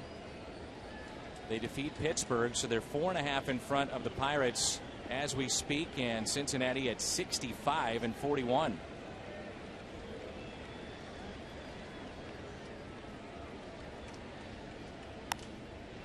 Yachty pops it up into shallow right for out number 2. So your glass half full answer is good. We can catch the Pirates by one more game. This time of year, you start looking at that wild card. Cardinals, if they win tonight, would pull to within 3.5 of Pittsburgh. Here's Descalso, hit it sharply. First time up, it grounded into a double play.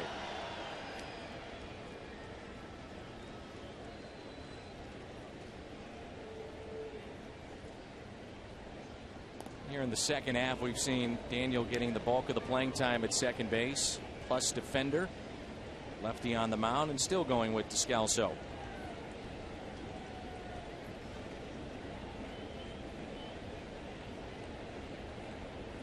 Fun to hear Bruce Sutter in his visit with you earlier in our telecast talking about how important the defense was to the 82 Cardinals. He talked about a lot of good players, good hitters, good pitchers himself, but speed and defense matter. And he thinks that there's still a place in this game for speed. The Brewers have 87 stolen bases. They're third in the National League. The Cardinals about 20 behind them. And again, that was a team in '82 that had 200. The St. Louis Cardinals. That's right. Here's a 1-1 pitch. Ball scoots away, and Freese will advance into scoring position.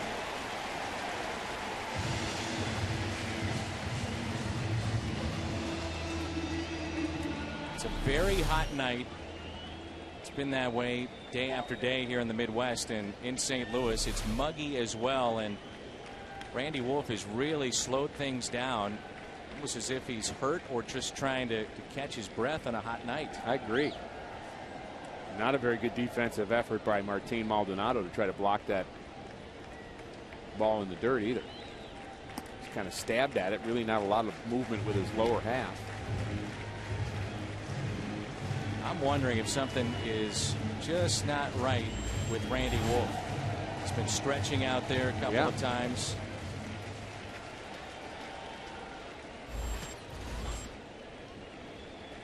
He's agitated at the very least. Yeah.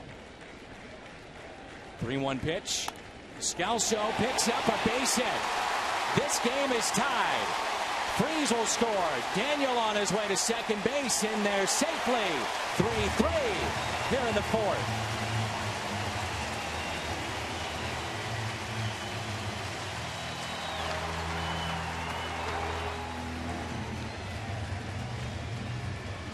Descalso has done such a nice job hanging in on left-handed pitching. Keeps the front shoulder in, drives it the other way, ties this game. And Randy Wolf does not seem right in this inning. That's clear. The Cardinals have picked up 3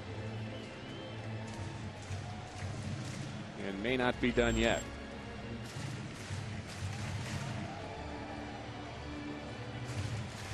Two-out hits a part of this game. The Cardinals pick up a 2-out RBI double by Descalso, his 14th ribby this year, and now Shane Robinson.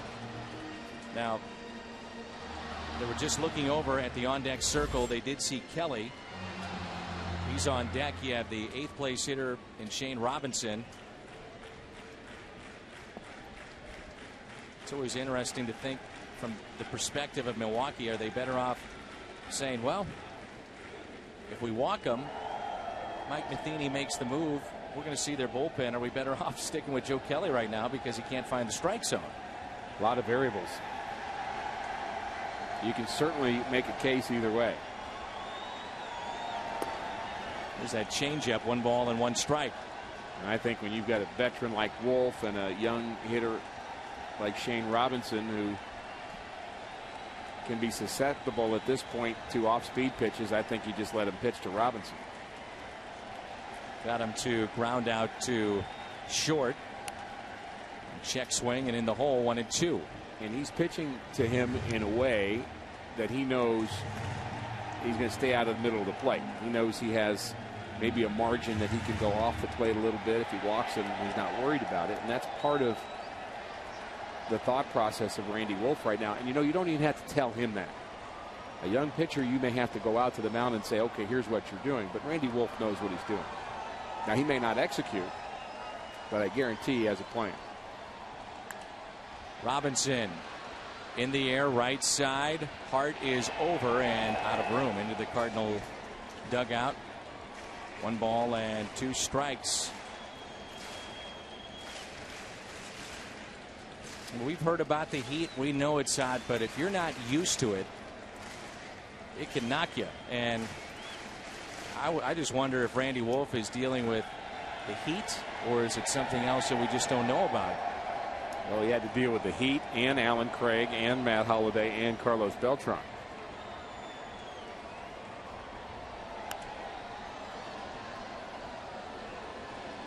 I may come up with a hamstring injury too. Well, he does look a little flush, I would say, as we kind of have a close-up of him, and he is 35.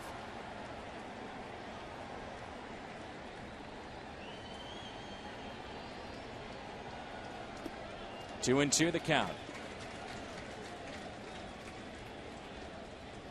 Normally Randy Wolf is a fairly quick worker too. We saw that with Clayton Kershaw here.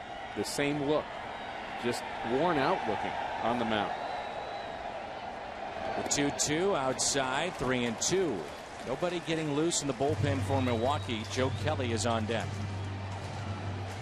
Cardinals at this point with 3 left-handers in their bullpen. One of those lefties is up right now.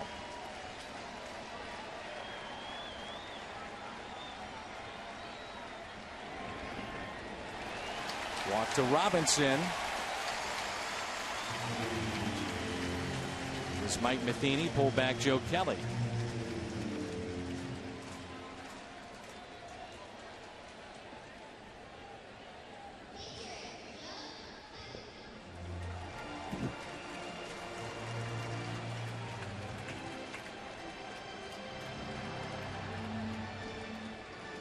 I'm okay with Joe Kelly hitting here.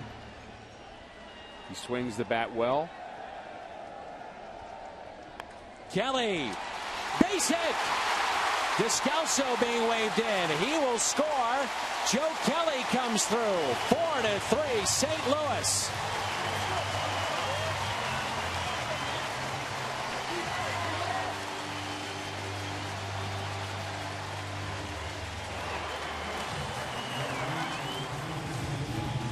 They sit down in the bullpen of the Cardinals, and Joe Kelly picks up his second RBI. A hanging breaking ball, not a sharp pitch at all from Randy Wolf, and he just jumps on it. Kelly is second major league RBI. Remember, he had Robinson at 1 and 2 before Joe Kelly couldn't put him away. He walked him, and now it's the 9th man to come to the plate this inning. Long inning for Randy Wolf. Cardinals have put up 4 runs, and they lead it for the first time in this ball game. I think laboring would be the right word for Randy Wolf right now. It's out of play. 1 ball and 1 strike. Don't you just want to bring him an energy drink or something? Looking at his face. We saw the manager, Ron Renicky, had one. Maybe go out and have a visit with him and bring him a drink. Bring him a towel. Stretching out in their bullpen, but nobody throwing for Milwaukee. Furcal bounces it to short. Isturis force play to Weeks at second base. That was close. Kelly hustling all the way. 4 put up by St. Louis, their first lead tonight.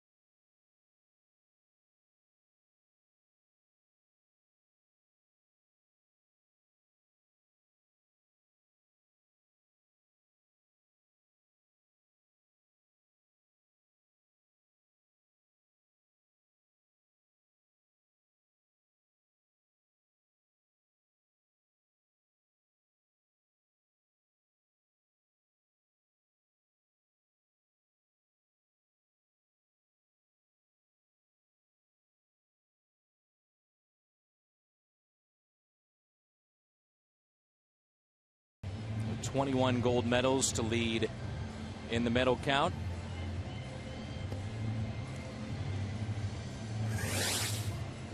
Joe Kelly being very aggressive into second base. Ouch. Be careful. He could have hurt Ricky Weeks and himself. Yeah. There is no give on those bags, Rick, and you know, if you're not around the major league game, you don't see that day in and day out. There is not any give whatsoever. Not much give with Joe Kelly either. We've already seen him take headers twice on the base paths. Not afraid to give it the full effort. That's what we saw there, but sometimes you got to maybe dial it back a bit for safety reasons. August 18th, shaping up to be a very big series here in St. Louis. Creve Coeur Camera Day. And the Pirates will be in town. You'll be on the field taking photos of your favorite players, coaches, the manager, and Fred Bird. Cardinals.com for tickets. Big weekend coming up against the Pirates.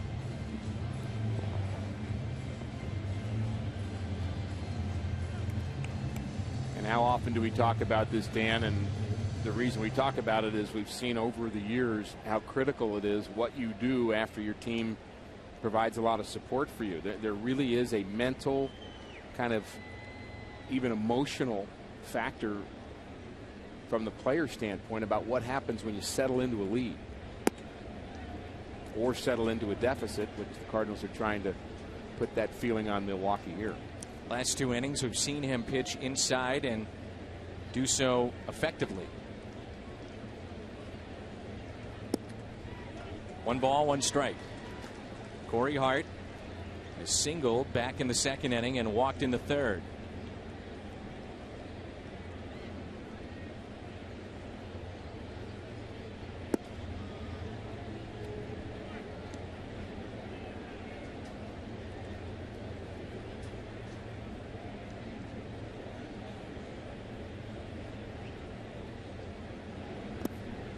Cardinals have Wainwright against Mark Rogers tomorrow. Loesch and Marco Estrada. Be Sunday Night Baseball. Again, will come your way tomorrow at 5 o'clock. Extended pregame coverage here on Fox Sports Midwest.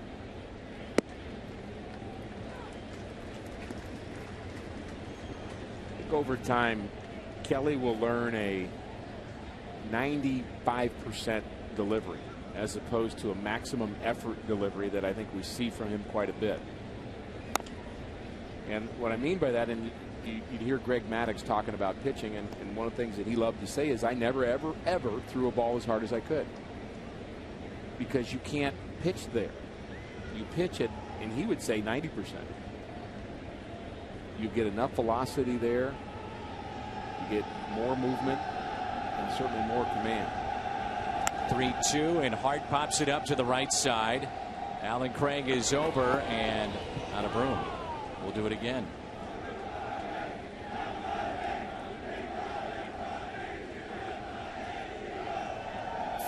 And I really don't blame the young pitchers for thinking that way, because even the scouts and the signing and the minor league play, they're so gun conscious. You can go out there and give up 8 runs, but somebody will say, yeah, but he threw 95. So what are you training young pitchers to think? This is popped up and playable. Going out, Rafael Furcal back in the lineup tonight and healthy. Makes the catch.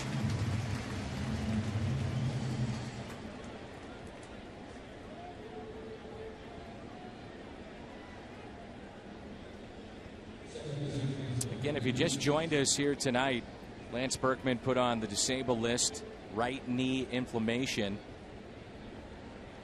Remember, he was hit on his surgically repaired right knee back on the 24th of July, and he still was trying to get things back, and he's called it a slight setback. He also said to the media before the game that he does and intends to play again, not just this year but beyond. What that means, 2013, 14, who knows? Will the body allow? And you wonder if it means the potential of the American League too. We might be better served as a DH. Some of the pounding that the body may take wouldn't happen playing a position. Well, the older you get, you find yourself getting stuck when you get hurt in the middle of the season because you want to come back and help your team, so you might rush it, but you may not allow the proper healing. And that's probably happened at least once with Lance this season.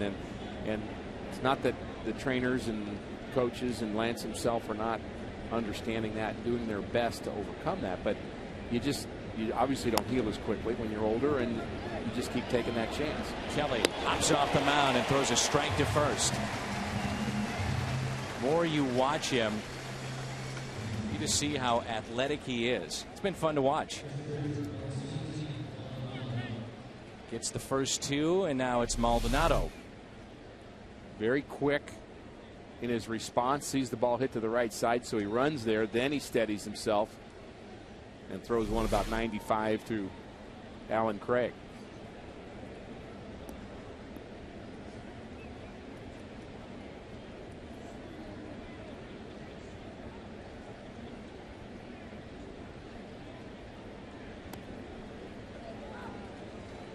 Strike to Maldonado, and talked about it earlier that Joe Kelly would give you the innings. Looks like he's settling in now, but does he have run support? Well, tonight he's got 4 runs. Back to Kelly, and he'll just take it himself. Midway through 5, 4-3.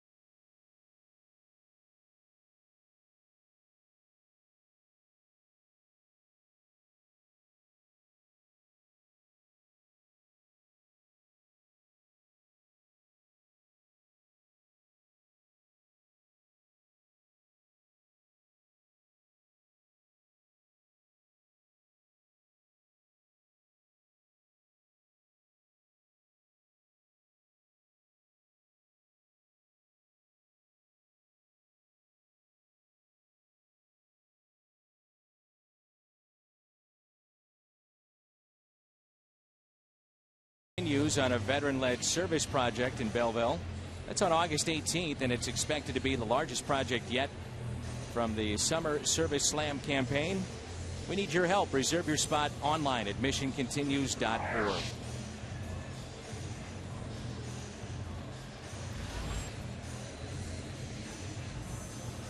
Craig, Holiday, and Beltran. Run differential this year has been a bright spot for the Cardinals. So much so you'd say on paper, not knowing anything else, they're close to 100, plus 100. You'd say, well, that team has got to be winning a lot of games, running away with their division. Not so. And to think that you look up and Berkman's got a couple of home runs and only 7 RBIs and still the run differential is like it is, very, very surprising. Yeah, it's a bright spot, but it also picks at the sore, doesn't it? And you wonder what exactly is that sore of this team? And that is the million-dollar question right now for Mike Matheny and John Mozeliak and the coaches and the players themselves. 2 balls and a strike on Alan Craig. Now you can explain away some of the run differential issues by saying, well, that's just because there's a few games where we've just blown teams out. We get 13 runs, we get 12, and so the offense is a little skewed, perhaps, on some of those blowouts. But even so, it's still an indication that your offense shouldn't be shut down with 2 or 3 runs on the nights that they are. And Rick, you think about at times this season, maybe it's been 3 or 4 weeks, you say, and this is before the trade deadline, well, you have to address the bullpen. Then the bullpen gets going, right. And then the starting rotation has a couple of bumps in the road, and you say, well, that's where you have to address it. There has been, in many ways, no clear-cut answer to trying to address whatever problem this team may have. And there's been a defensive lapse in the last 30 days. Not a terrible one, but a bit of a lapse. So you try to get it all together. And who knows, maybe this homestand is, and 20 out of 23 here at Busch Stadium is just what the Cardinals needed to get everything gelling together and working in unison. But we just haven't seen it for prolonged periods of time yet. You know it's there, though. Full count on Craig. The Cardinals at home, and this has gotten better. Cardinals start play tonight, 29-21. Remember, for better part of the first half, they were hovering around the 500 mark. Craig lines it out to left field, and that gets by Braun. He misplayed it out and left, and Craig winds up at second base. The sinking liner getting by Ryan Braun. Not an easy play, but a lot of indecision on Ryan Braun as he was going after that ball. Does he come in? Does he go back? Does he dive? And he just seems to be kind of caught in the middle, and then he tries to catch it off the ground, and almost he's backing up as he's, and almost slowing down as he reaches down to catch that ball. He just seemed to be off stride a bit. And he's worked to become a decent outfielder. He was not a very good third baseman. He knew that. The Brewers knew it. They put him in left, and he's been decent there. Holiday hits one out to Braun, and this time he makes the catch.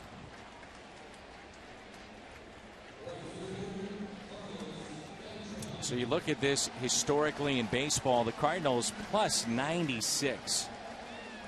I mean, that is tremendous, but yet the record doesn't indicate a team that would be plus 96. Well, and you're looking at the lowest winning percentage when you lead the major league, all of the major leagues in run that differential. The Cardinals this year, and of course the year's not over, but that stat in over 50 years of accumulating that number. Beltran hits it down the left field line, and that ball is foul. Home run distance. Plenty of that. Pulled it just a bit foul.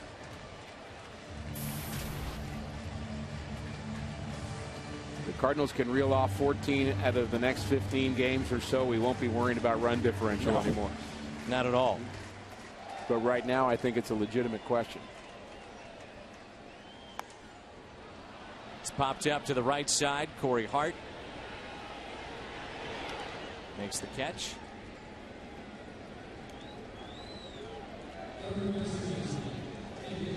So I see that was an Allen Craig double, if I'm reading the scoreboard correctly.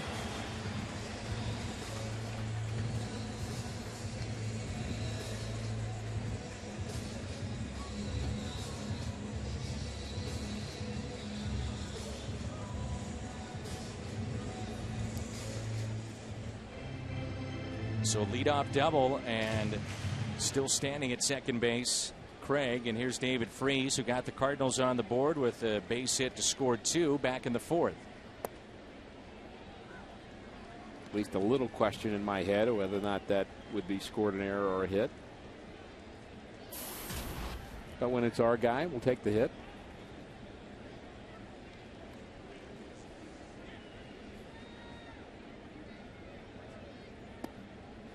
One ball, one strike.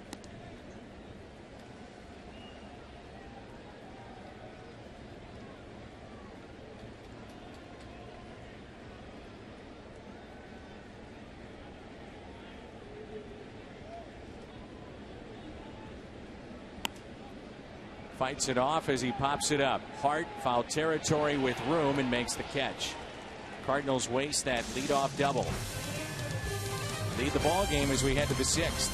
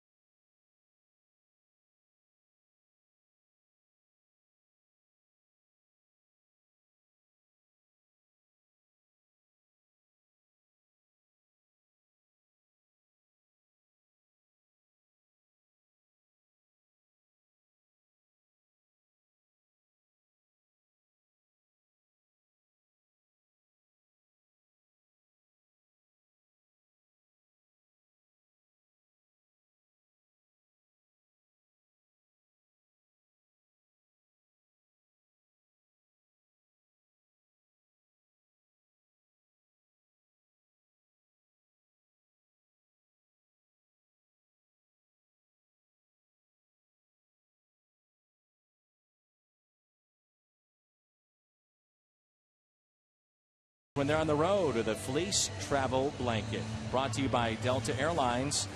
And that'll be Tuesday. Coming up Tuesday, 25,000 fans ages 16 and older receive the Delta Airlines Cardinals Travel Blanket.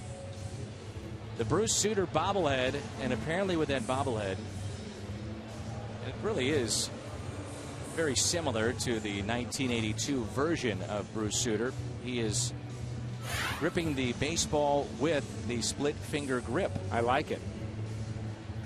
That bobblehead was getting a workout. Yes.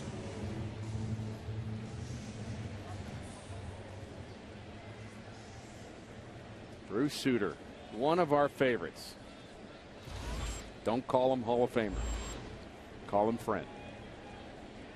There's Cody Ransom. The top of the 6 rolls in. 4-3 St. Louis on this Friday night. And look who's still in the game. It's Joe Kelly.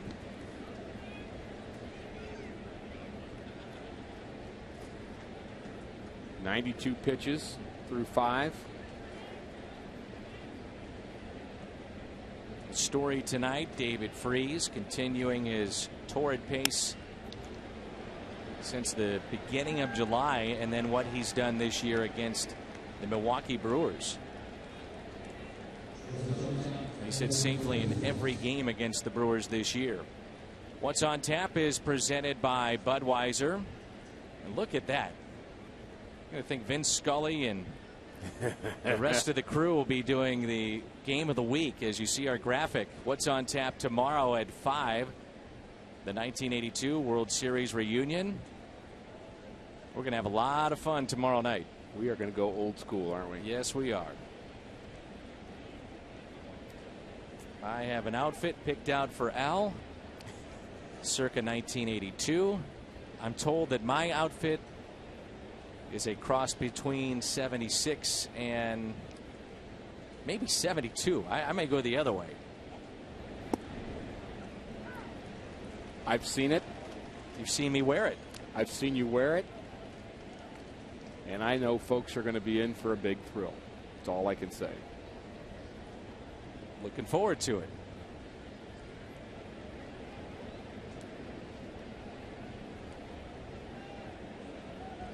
A 1 pitch to Isturis, taken low. Makes me think of the bus trips and the plane trips where the players, the veteran players, make the young guys wear odd-looking outfits. Outdated. We'll use that word.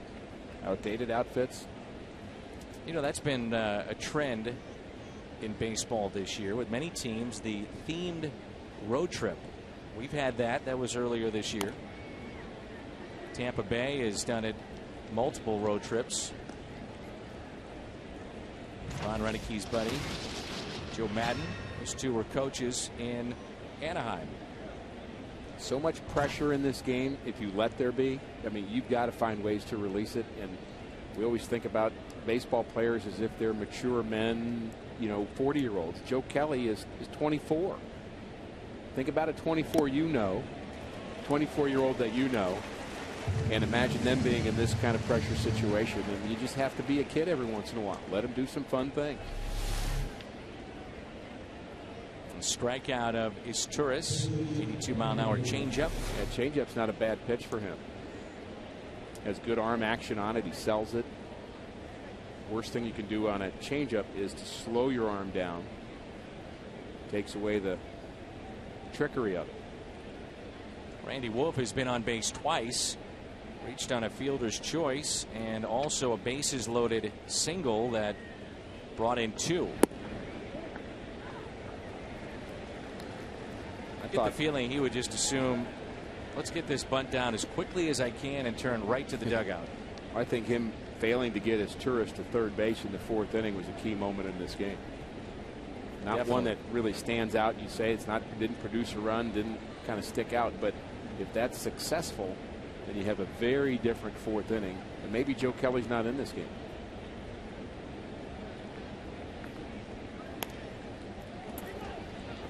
Kelly goes to first base. Talk about the aggressiveness of the Gold Glover 4-time winner Yadier Molina, and he has made a huge impact defensively in this game. He's got a base hit. That's one thing he's done, but the defense is what really matters. Here he cuts down Gomez, stealing with a perfect throw, and there's the Wolf bunt that's not successful. Lead runner is retired, and then he picks Wolf off of first base as he digs the ball out of the dirt. So there's another base runner that has to take a right turn and sit down. And so Yadier Molina really having an impact with his glove and his arm.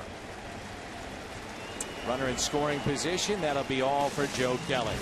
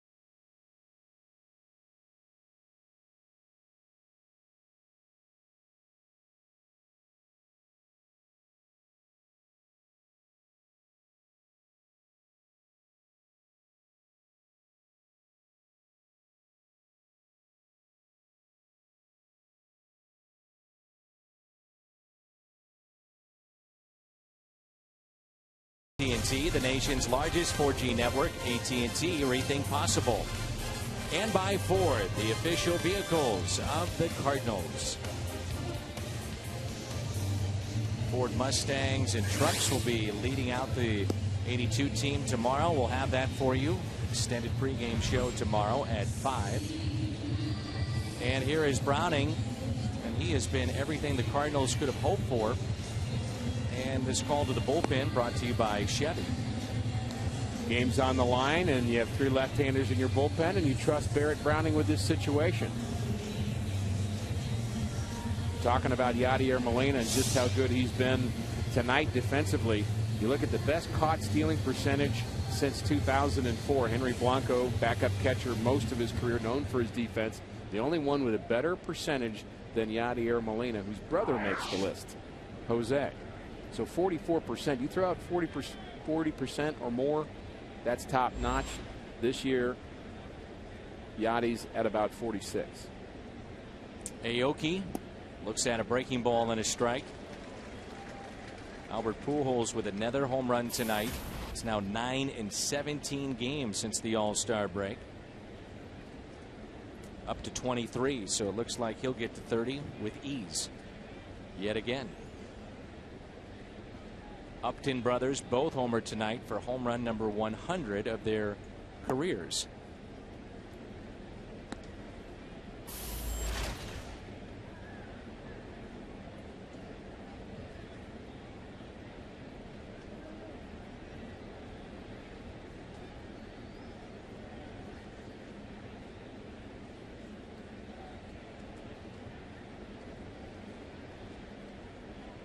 One pitch to Aoki. Just missed. RBI back in the second with a single. And also a base hit in the fourth.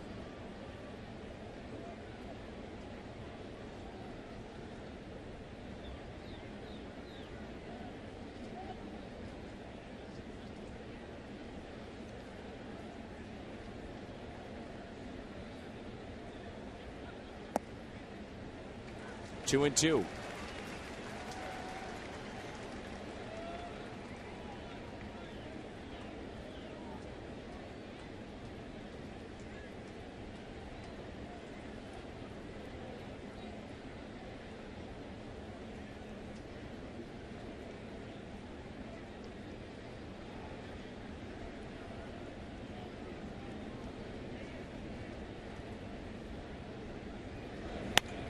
And it's hit the other way, but David Freese, playing well off the line, makes the play. Good work by Browning. 4-3 St. Louis.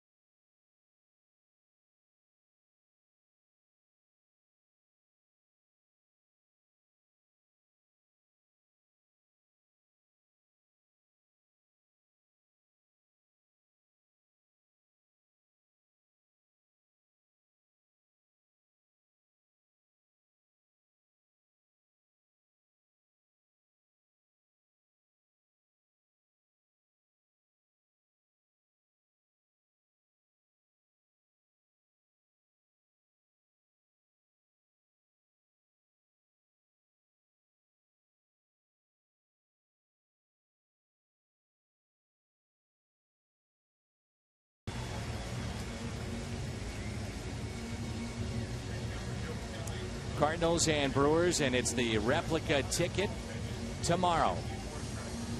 Brought to you by Tickets.com. The ceramic ticket that you'll take away.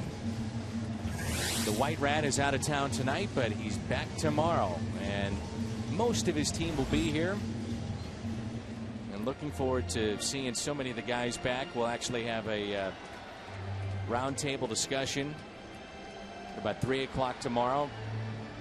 Air portions of that on Fox Sports Midwest in September, it looks like. And then come on over to the ballpark and begin the ceremony. Should be a great night to celebrate the 1982 team. And speaking of celebrating world championships, if folks have a chance to pick up the 2012 Cardinals yearbook, It is just a wonderful publication. And one of the things in it are the top moments that define the Cardinals World Series legacy. And there's so many moments in it. And many of us were asked to vote on which the best ones were and over time. And they list the top 25 moments. And it really is a special yearbook. Yachty hits it out to deep right. Aoki is back. He'll look up, and it's off the wall, but plays it perfectly. And that is a long single off the bat of Yadier Molina. He was a Gold Glover over in Japan, and he just showed you why. Gomez backing up, and Aoki making a fine play in right. And you can see why he was a Gold Glover. Just good instinct on this. He goes back, then he starts to work back towards the field because he knows how the ball is going to hit off the wall. So he starts to head back towards the field, gets the perfect hop, and makes a really good throw as well. Here's Descalso, who's bunting, and the only play for Randy Wolf to go to first.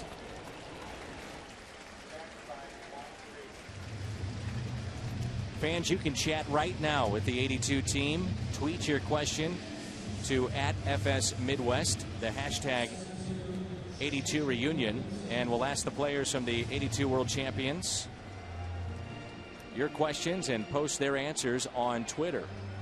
A number of those questions have been coming through, and make sure you do that because the guys are in the suite tonight, and you have a chance to have a Q&A with them via Twitter.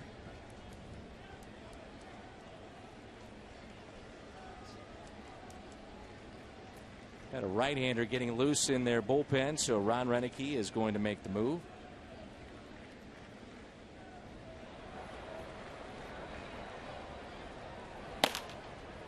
Henderson has been their most reliable reliever of late. Throws hard. Anxious to see him. It's Jim Henderson, big righty. He'll come in. That's it for Randy Wolf. Cardinals on top by the score of 4-3 in the home half of the sixth.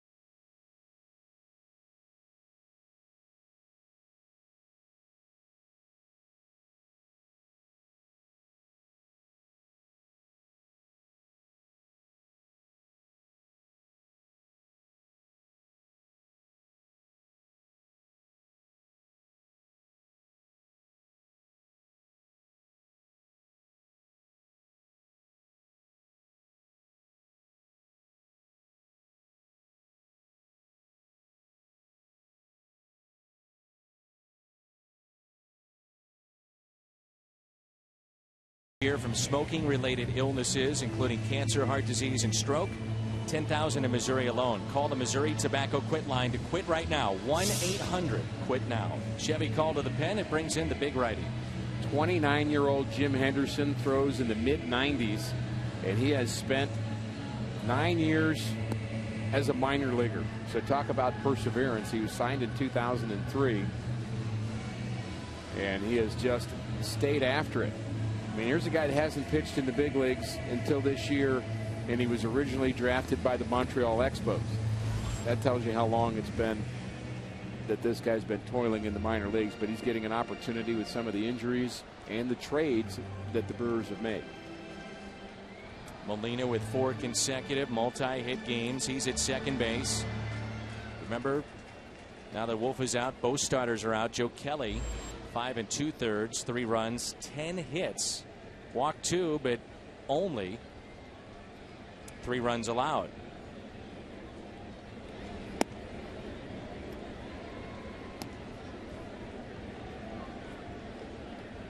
Big fastball slider. He's from Calgary. The closer at AAA.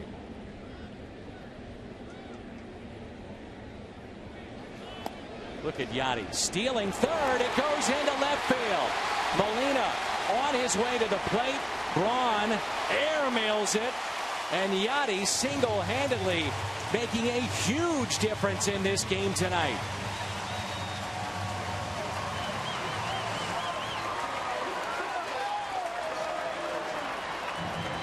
Yachty is so good at reading the pitcher when he's not paying attention to it. And he will go off the first move, get the big jump. Now the throw from Maldonado is rushed. And Ryan Braun shows off his arm to no avail. That was headed for the second row. What a smart player.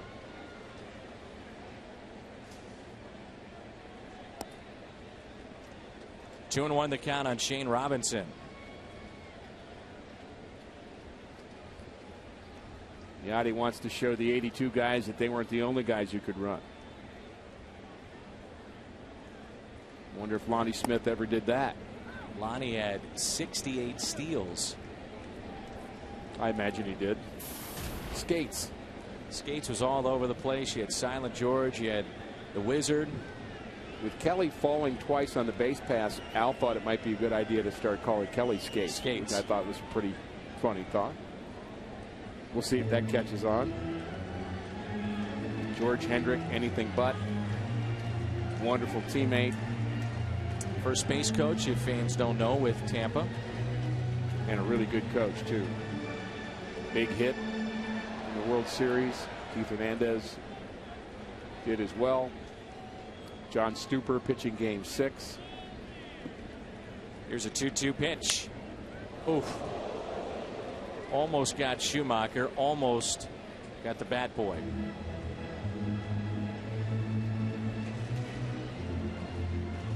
Anytime that we see that happen, yep, you think of Juan Encarnacion. Yep. It's hard not to. Aaron Miles is at the plate. Very late swing, just like that. Ugh, what a horrible moment that was. Yes, it was. That's a base hit inside that first base line. And Robinson will stop at first base. Aoki was playing very shallow. And just went with the pitch, and it's a base hit for Shane Robinson. There's the delivery outside half. It is up a little bit. Robinson gets on top of it. Keeps it fair. I know he's happy to be back.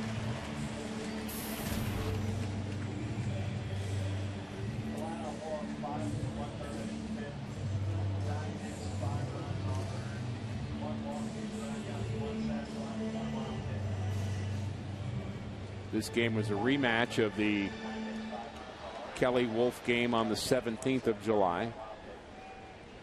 In that game, Wolf was a little bit better, and in this game, Kelly was a little bit better. Not great, but I would say good enough to win. Skip would be the first one to tell you that he is not the greatest defensive second baseman that's ever played the position. Having said that,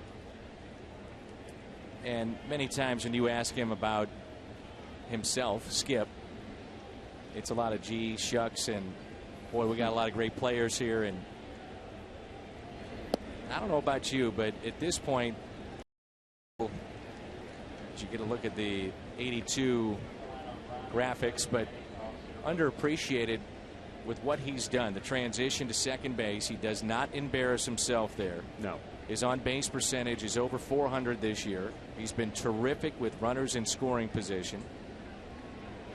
We've talked a little bit about his presence inside the clubhouse. He's been on 2 World Series teams now.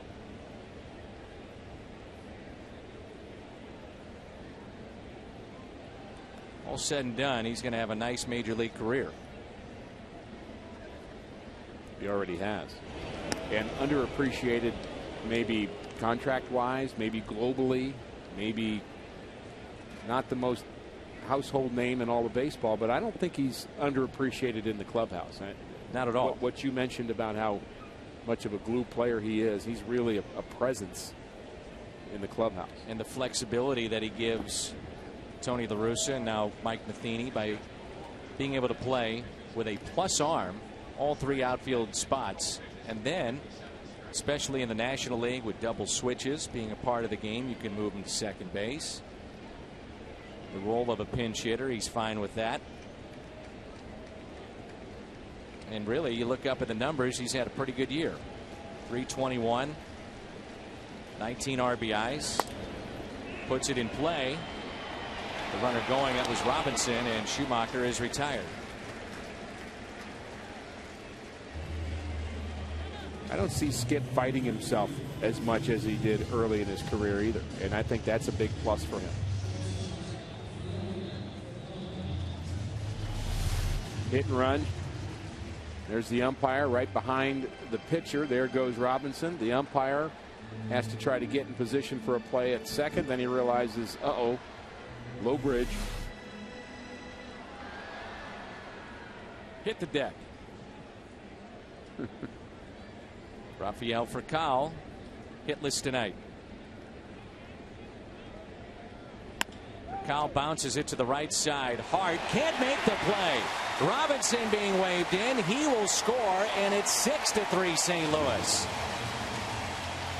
A ball that has to stay on the infield. Hart could not knock it down. At least it's an error on Corey Hart, who, by the way, was a first baseman in the minor leagues for Milwaukee and then moved because of Prince Fielder. So he's not foreign to this position, and it's an error that drives in Robinson. And it certainly is a bad play by Corey Hart. He has got to let that ball, keep that ball from getting into the outfield and preferably catching. And that's plan A, but it's certainly not even plan B, C, or D to let that ball roll into the outfield to give the Cardinals another run. That's an absolute gift.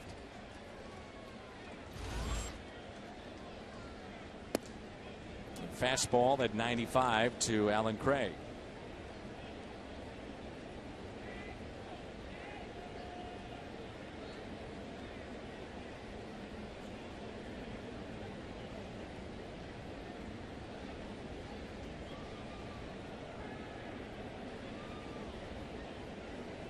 Craig 2 for 3 this evening. A double last time up.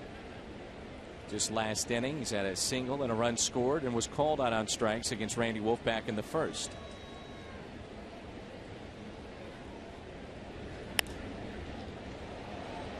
Run differential, we're trying to figure out some reasons as to why the Cardinals' record isn't better with being plus close to the century mark, 100, but 2 runs or less. Struggled in those close ball games, 3 or more runs. And you see the second best at 20 games above. Mike Matheny's quick to point out on those close games that a lot of those close games are games where they were way down and they battled back into the game late to make it close. They just couldn't come all the way back, and I think there's truth to that. But I still think the Cardinals have to find ways to win the games 3-2 and 4-2 and 5-4, and they've been too often on the short end of that. In fact, it happened on the road trip a couple of times. A couple of tight losses and way too many of those. You think about that Cup series and frustration of a weekend ago.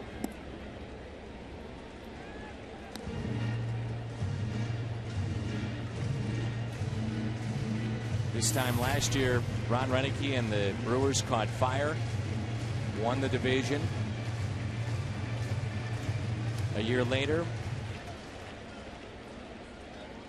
a situation where they've traded one of their aces in Zach Greinke. Markham has been hurt. Closer not the same. Neither is the record. Craig with a high fly ball out to right. Aoki is back and makes the catch. Just enough room.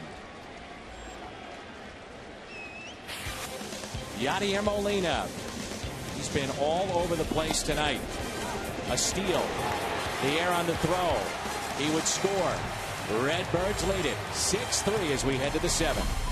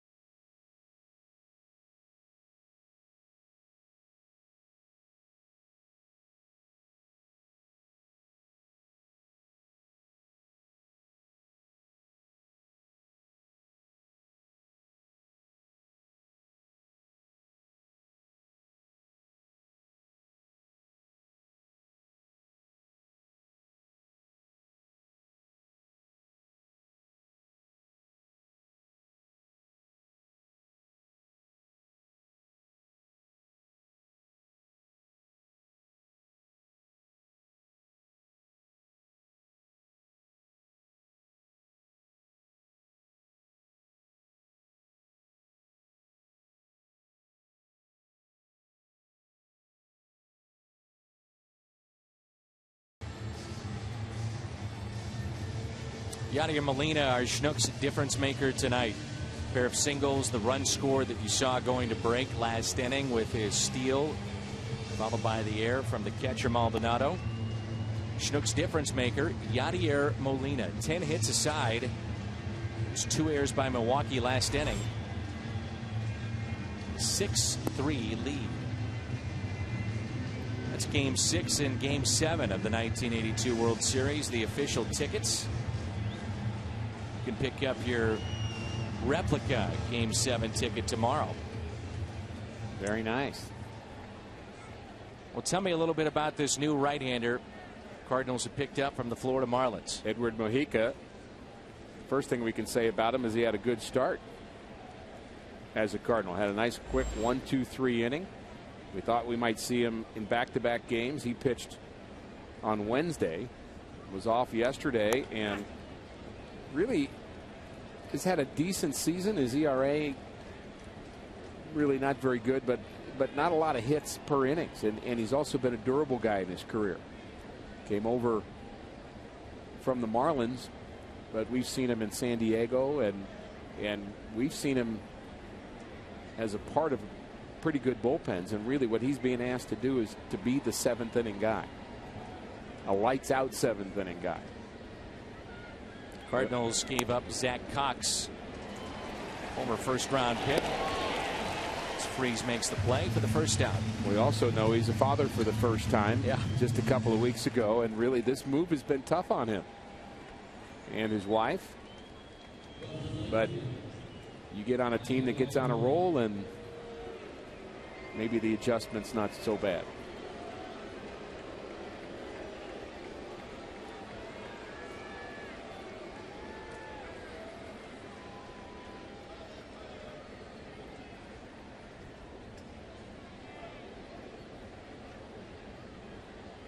Here is Ryan Braun. It's a fly ball into right. That will drop, and it's fair. Touched by a fan. Tom Mee, our director, telling us the gentleman that was holding up those tickets said they were $18. So times have changed just a bit from 1982. $18 to head to the World Series. My uncle went to watch Stan Musial play in a World Series game, and the tickets were $1.75. And he and my grandmother attended a game and fell in love with Stan Musial, thought he was the greatest player on the planet, and all of my family in New York for 50 years were instant Cardinal fans. Saw Stan the Man at lunch today. Here's Corey Hart. He was with his grandson.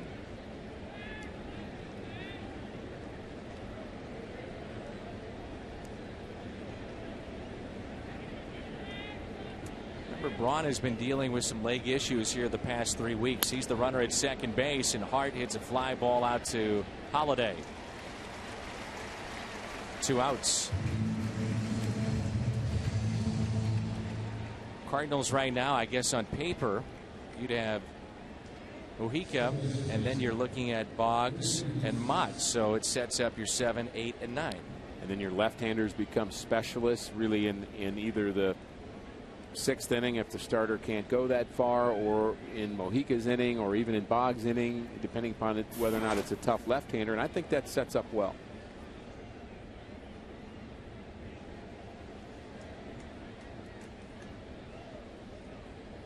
Ricky Weeks.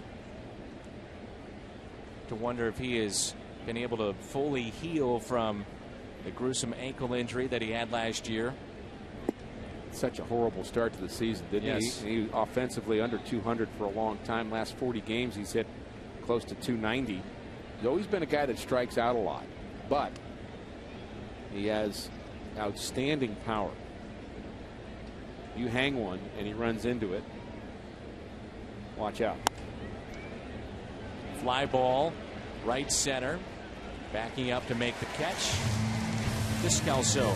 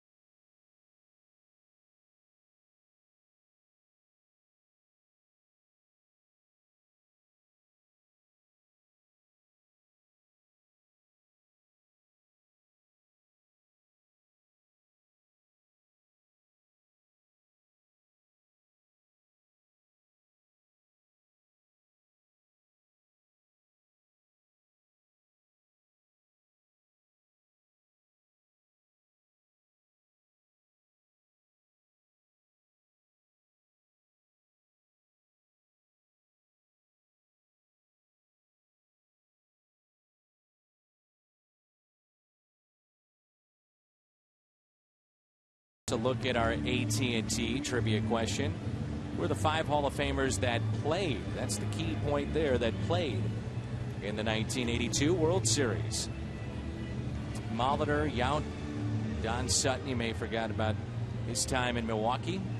Ozzie and Bruce Sutter. You have Whitey, who did not play, and you had Raleigh Fingers, a part of Milwaukee as well. Who did not pitch, but was certainly there. He had a arm issue, and folks in Milwaukee certainly missed him and his availability there. And that was such a great World Series because it was the culmination of 2 teams getting themselves better by big blockbuster trades. And Whitey Herzog right in the middle of orchestrating that. And both teams got better and ended up in the World Series. Still waiting to see Matt knock that C out of Big Mac.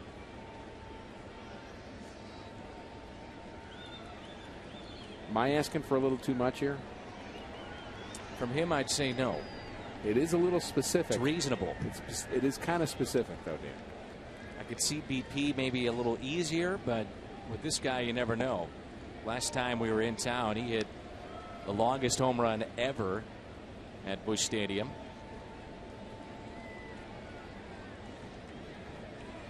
He put on a show in Colorado, big numbers there.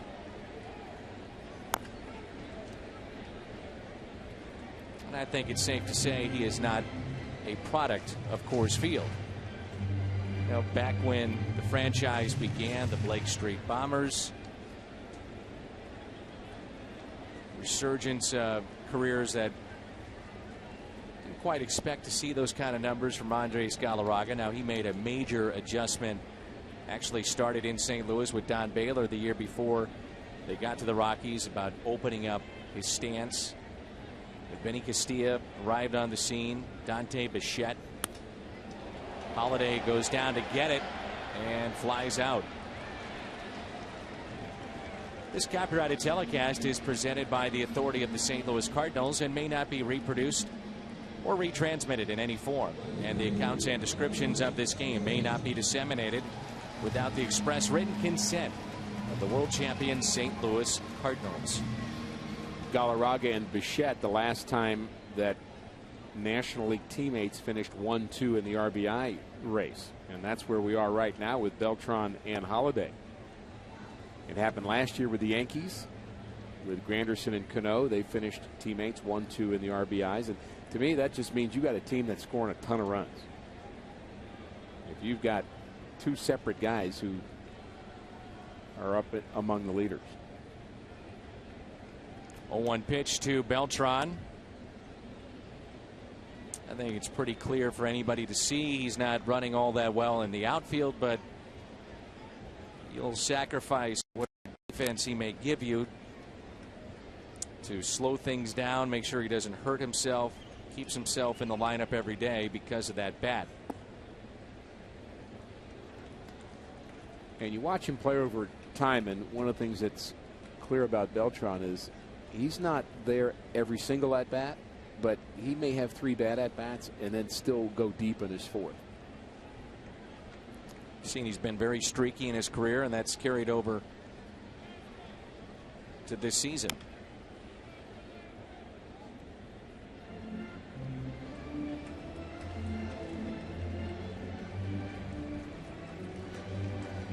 He told John Mozeliak that early August Beltran's going to have 24 home runs, 76 driven in. I've been thrilled. Who wouldn't be? And he's been playing just about every day. Swing and a miss. It's out in front of the plate. Low. Connects with Hart for the out.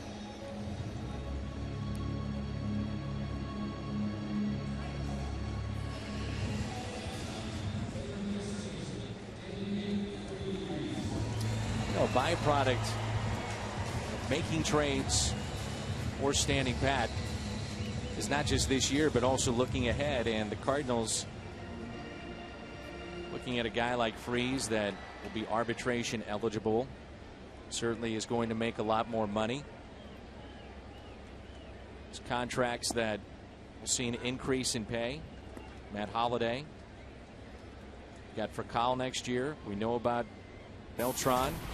Craig is due pretty soon. I mean, those kind of things obviously are part of whether or not you can make a deal.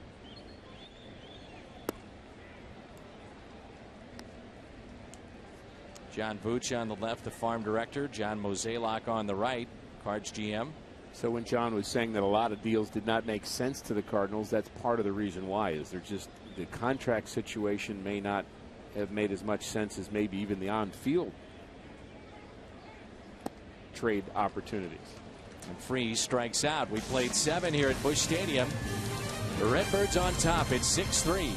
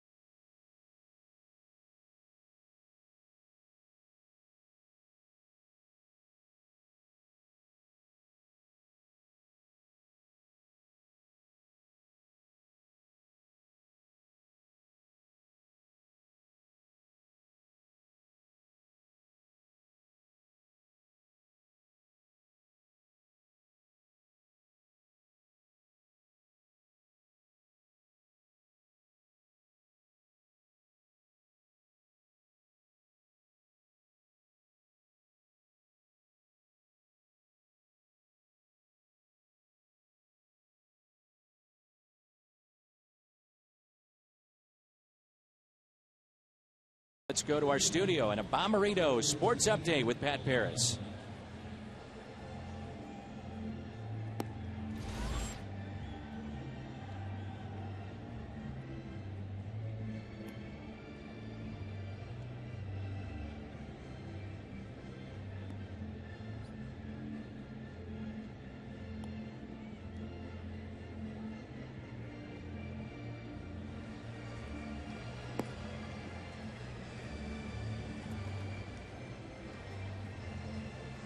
All right, Pat, thank you so much. And our thanks to the folks at the Bommarito Automotive Group, their sponsorship of Cardinals baseball. Mitchell Boggs, look at that ERA, 1.58, and he's getting this done, Rick, in crucial spots. Yeah, he's on a roll right now, and he's found a home in the 8th inning. We've seen him as a starter in his career. We've seen him as a closer, but this 8th inning role, at least for now, in his career, just seems like the perfect fit. And his command has been better. Martin Maldonado will lead it off 6-3 here in the top of the 8th. And that command is right on cue. I knew you were going to say that. Boggs unhappy with himself. Well, the command's right on cue if that's what he was trying to do with it. There you go. Bruce Sutter said they need to pitch in a little bit more every once in a while. And I will say, when we were talking about that, it was Maldonado who was at the plate. They've been trying to go inside on him. I think it's also a byproduct of just how much his baseball right now, talking about Boggs, is moving. No question. He's throwing hard. Great movement. Here's Cody Ransom with a runner at first base. So far, a good job by the Cardinals bullpen. Barrett Browning got his man in the 6th inning to help out Joe Kelly. And then Mujica, the newest Cardinal, nice easy 7th.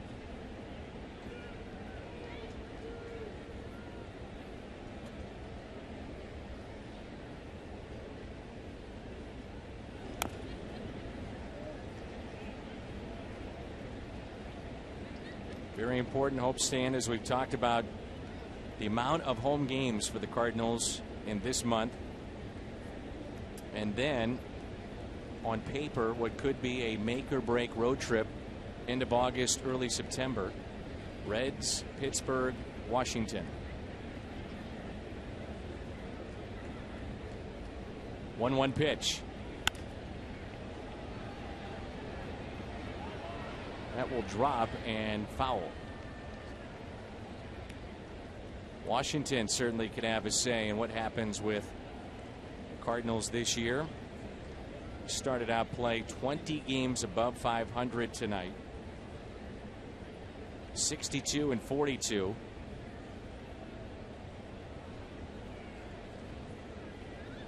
San Francisco will be in town next week. We'll see their very good pitching.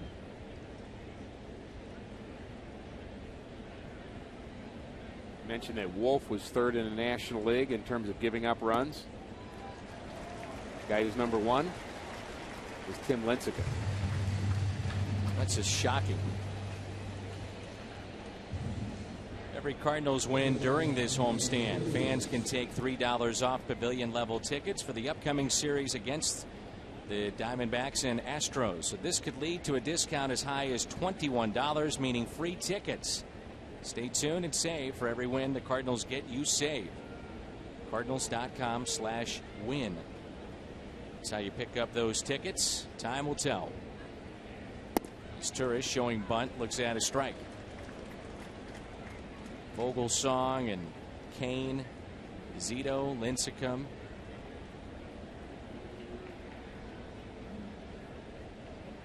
The Giants have enough offense. They've added Hunter Pence at the trade deadline. Melky Cabrera might be the MVP candidate from a team in the National League West. He's had a very good year. Pablo Sandoval and Buster Posey is back healthy behind the plate for them. Offense, even when they were winning the World Series a couple of years ago, that still was what was their main concern. pitching very good. Brian Wilson at the back end of their games, but hurt again. There's a liner and 2 away.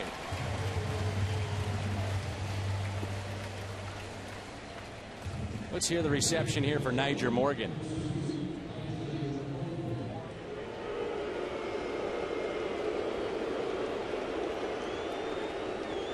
I think that's the reception you were expecting. Definitely wasn't a standing O.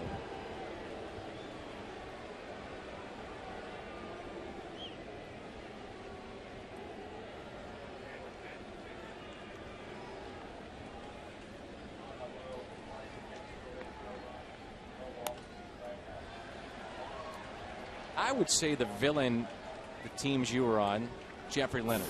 One flat down. Oh, yeah. Yeah, he did what players in that day didn't do very often, and that was kind of show you up and do something kind of odd, and ran around the bases with one kind of arm kind of hanging down, and he said, that's my one flat day. Kind of landing an aircraft, I guess.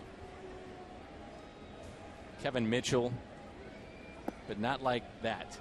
Will Clark got under the skin of opposing fans and I guess teams too, to an extent. And any Met. And I was just going to say, any Met. You were going to say, see, there yes. we go, thinking alike again. Wally Backman, Lenny Dykstra would be kind of atop that list. Yeah. Howard Johnson.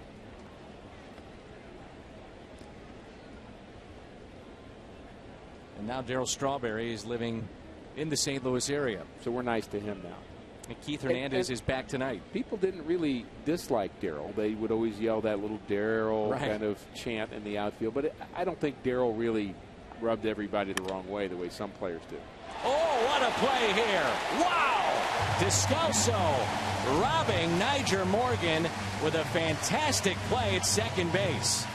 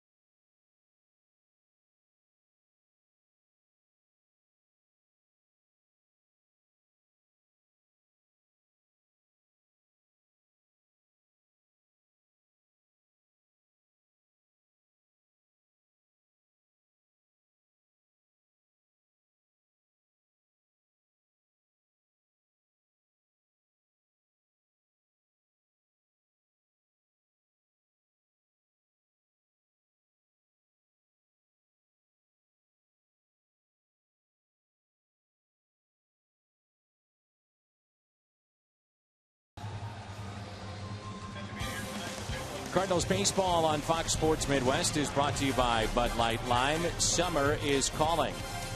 And by Taco Bell, Live Más. Right there is the Ford Plaza. If you were out there, you'd have a chance to take in Cardinals Authentics, which is beyond the wall and center.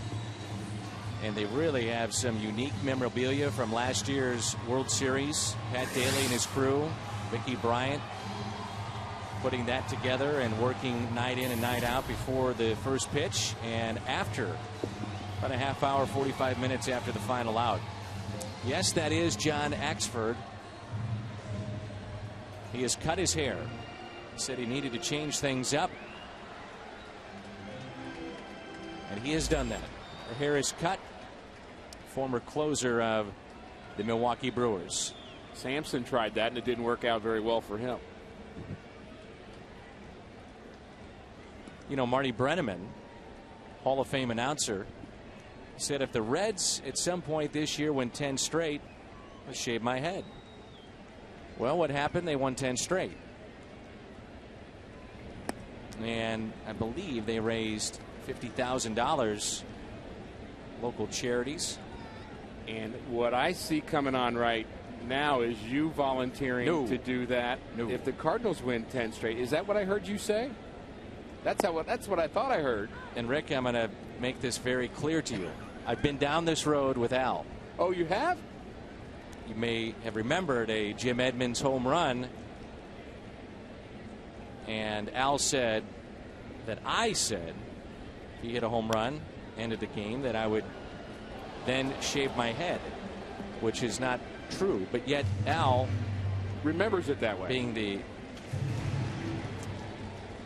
prankster, just leave it nice that he is, went into our video room and basically went down to Brian McCann in our truck and spliced the tape.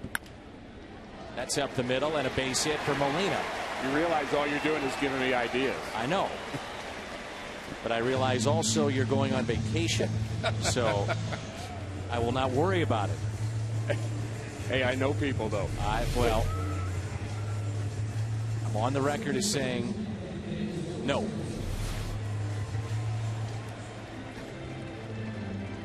Oh, boy. Not going to stop me from trying.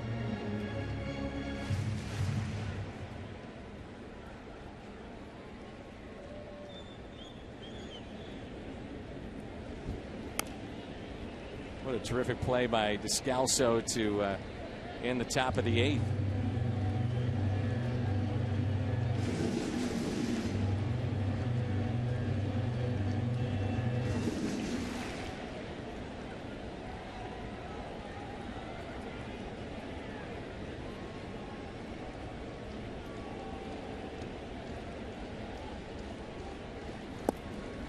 They're actually charting defensive gems now, and Descalso leads the team in that department. Now, I don't know how you get around the subjective nature of that and who gets to say what a gem is and what. I mean, is Molina's throw to second earlier today a gem? I would say yes. Others may not. Runner goes, and Yachty will wind up at third base. Isn't this something? Not sure if he got a bad jump. Was it a delayed steal? Was it a missed sign at the plate? Hit and run? Looks like a hit and run. Sure does. And watching Oquendo during the replay, he was smacking his hands very hard to Descalso, saying, come on. I think Yachty just went into Albert Pujols' invisible mode. You know how Albert had that on the base pass? No matter what he'd do, just seemed like it worked every time.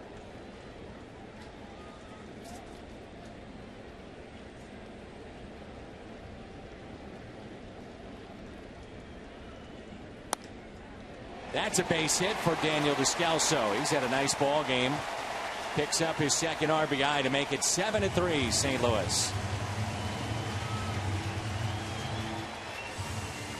Yadier Molina is now not only one of 5 Cardinal players with 15 or more home runs, but he's also one of 4 Cardinal players with 10 or more stolen bases.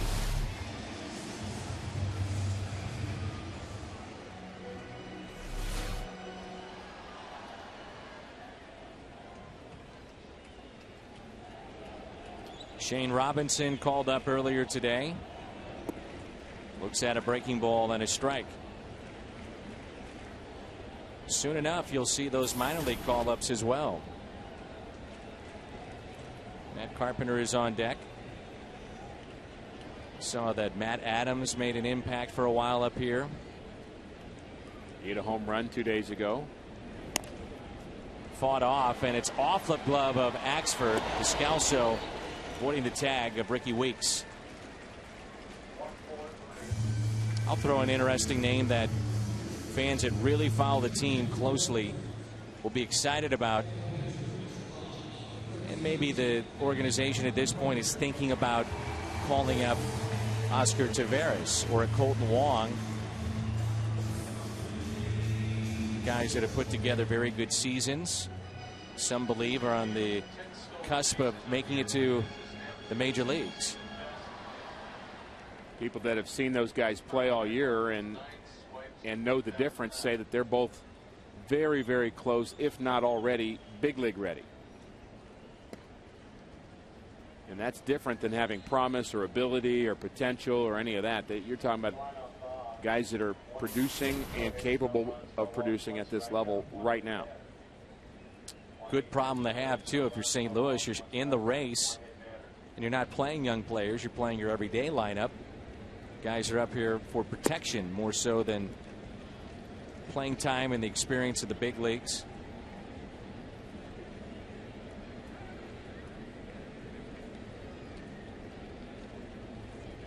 Yadier Molina, 10 steals, single season best for him. Here's a 2-0 pitch. We're watching a guy that this time last year was in the midst of a run that saw him show up night in and night out, and he was automatic.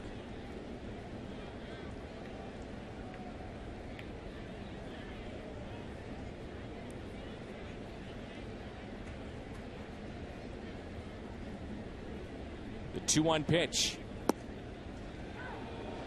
Late call, catches the corner. Instead of being 3-1, now you're even 2-2. He was so consistent. He was getting the job done every single night. And really, this year has just been a disaster for him. Not just him, really for the Brewers bullpen. Francisco Rodriguez has had troubles of his own. The 2-2.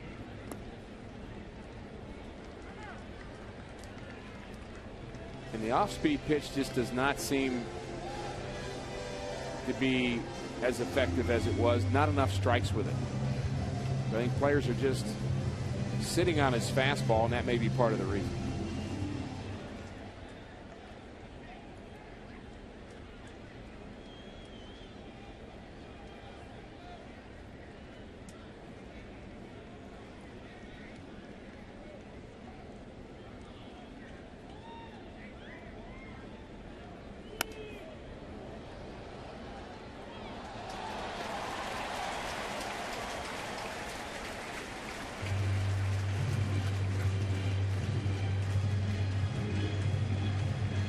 Zipchinski up and loose.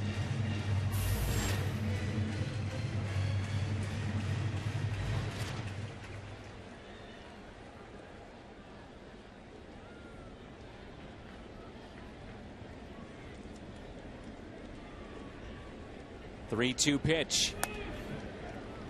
Good battle here.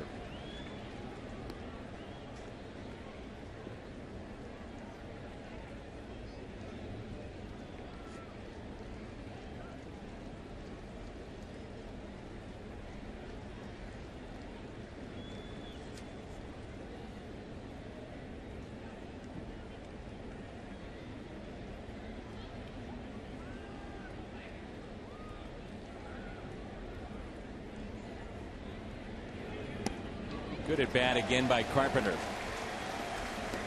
Rick, did you find it interesting that Mike Matheny, in at the time, pretty crucial spot in the game, doesn't go with the two veterans from the left side? It's Barrett Browning. It's a telling move. I think right now he's the guy that Mike has the most confidence in. Now that can change, and it always does change as the year goes on and pitcher gets hot, another one gets hot. You kind of go with the hot hand. You prefer to have them all hot, which seldom happens. But I think that was a pretty key moment in this game. You're talking about a one-run game, and there's a guy you have to get out. And the fact that Mike went with Barrett Browning, I think, does tell me something in terms of where his confidence is right now. And again, the other two lefties are going to get their opportunities. Fuentes has been good for the most part, and Zepchinski's certainly improving as the season goes on. But Browning has been the most reliable. 1 out and 2 on for Cowell. 95 miles an hour from Axford. And the thing about Axford, too, it wasn't just the fact that he was piling up the saves, it was how efficient he was to where Ron Renicky could go with him night after night. Already that's pitch number 22 in this inning. Yeah, so it's 95-95 and it's 2-0. And he's got no off-speed pitch command-wise that he can come back with here. So it's going to be another fastball. So he's going to sit on one. If it's center cut, he'll get a good rip at it. 2-1.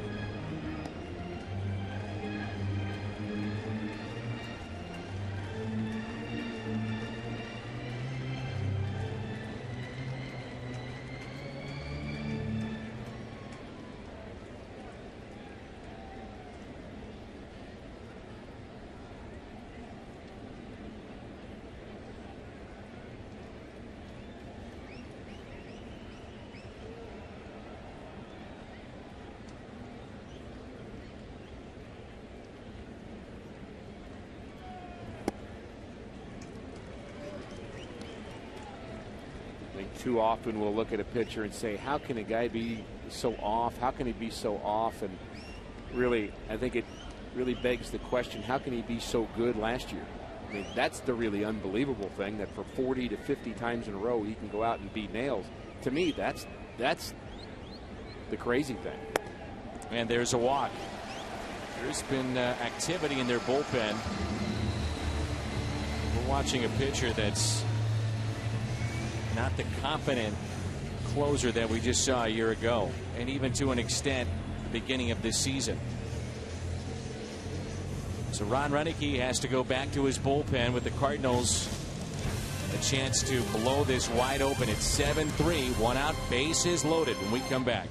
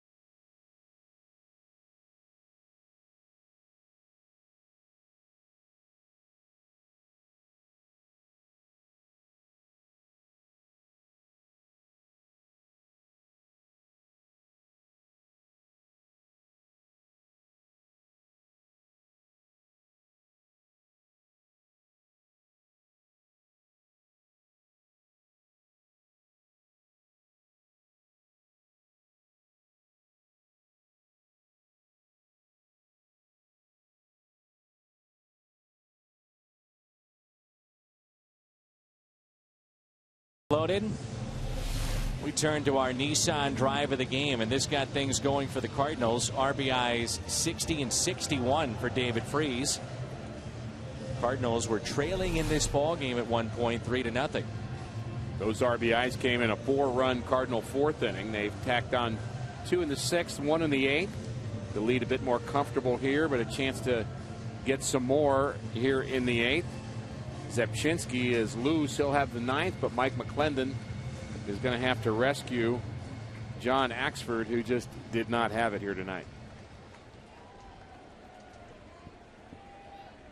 Bases are loaded.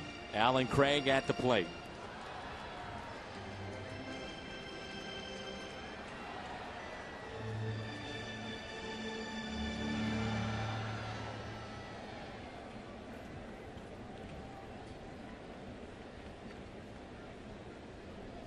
Craig with a pair of base hits, lined out last time up. And he looks at strike one. Very good production top to bottom for the Cardinals lineup. Every player has been on base at least once. And for Call, the only Cardinal without a hit. Milwaukee perspective, you think about next season and what do you do at the back end of games? K-Rod, as you talked about earlier, has not been very good in that closer's role, and Axford's been demoted out of that role. Here's a 1-1 pitch. Craig back to the pitcher for the out, and they throw it away. They throw it away. A run will score. That's their third error tonight. Stopping at third for Cowell, and it has been a tough night for Maldonado.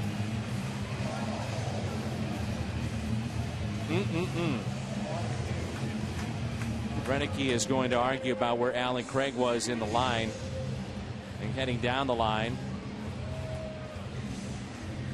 And he's asking him to ask for some help from the first base umpire to see if he believes that maybe the runner Craig was on the inside part of the running lane and therefore obstructing the first baseman. They're going to talk about it. That's good. And if one didn't see it and the other didn't see it, and I think that's where we are, Tim Welke's going to say, I didn't see it, he didn't see it. And Ron Renicky saying, hey, I saw it.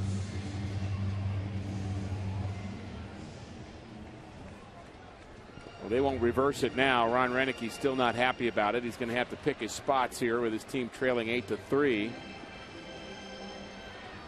Whether this is worth the argument or not. But again, another error, the fourth error for Milwaukee here tonight. And that error,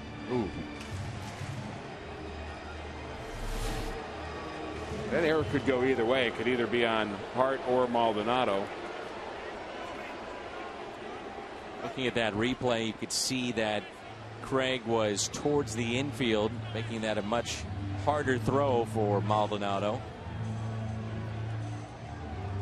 Maldonado really had trouble with that from the get-go. Even the throw from McClendon, he looked uncomfortable whether or not he had actually had his foot on the plate or not.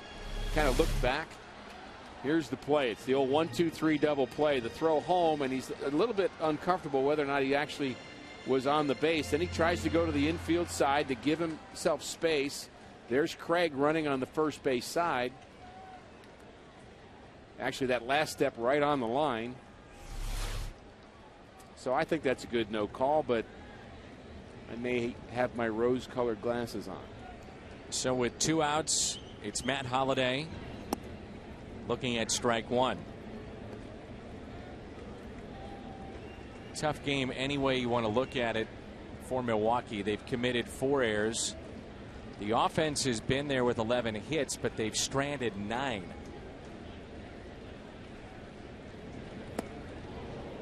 Big rip by Matt. 0-2. Holliday, a base hit back in the first.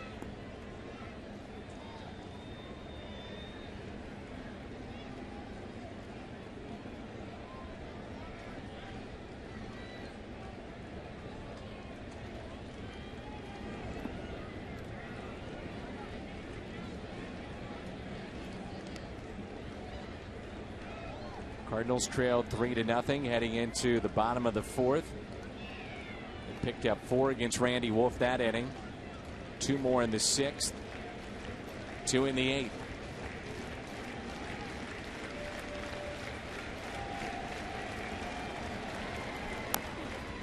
Slowly hit towards third. And Holliday, an infield hit. RBI. 9-3 St. Louis. And the RBI for Matt Holliday, number 76.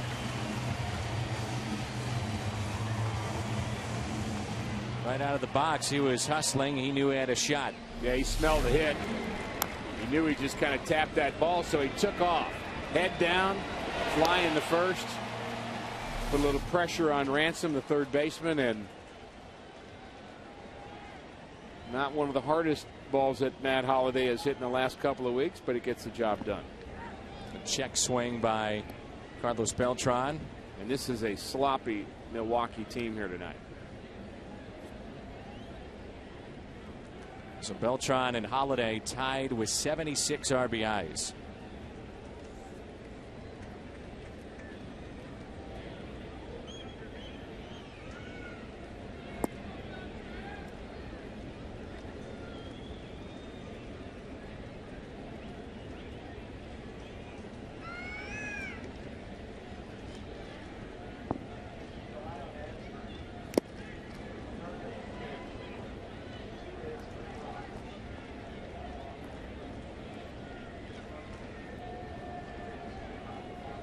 Third of an inning and 3 runs allowed by Axford. Book is closed on him. 1-2 to Beltran.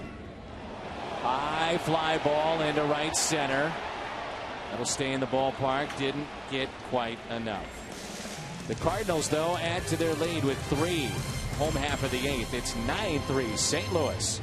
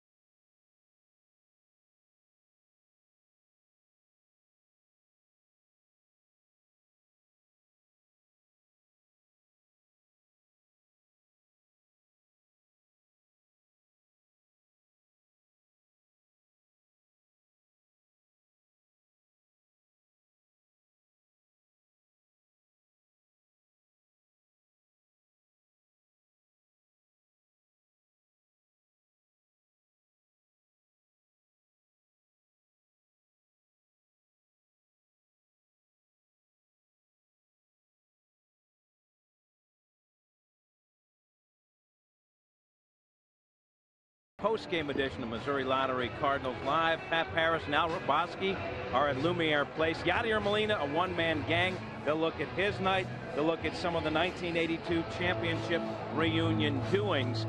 And somebody's going home with a hungo tonight. Mark Zetchinski on to do the pitching for the Cardinals. We head back to the booth, and Dan and Rick, guys. All right, thank you, Jim. As always, great job, and looking forward to hearing from some of those 82 players as Mark Zetchinski. Lefty is into the game. Cardinals leading this ball game 9-3.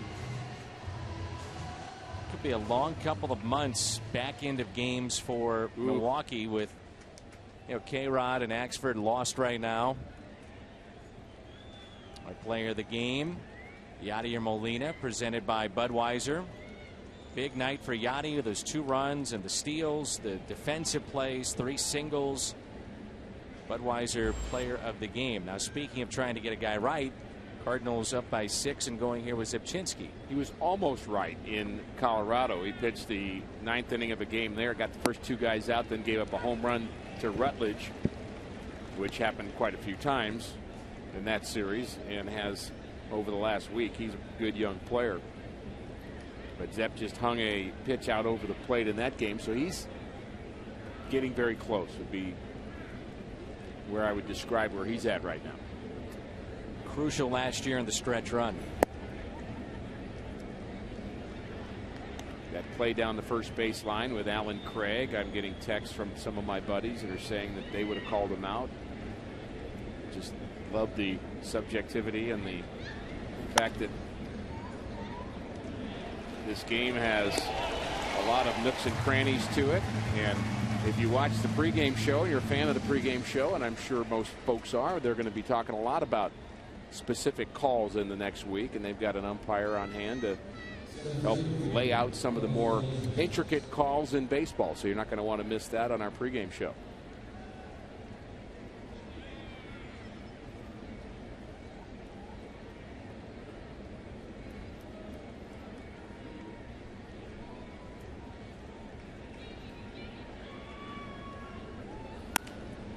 There's a line drive into right and 2 away.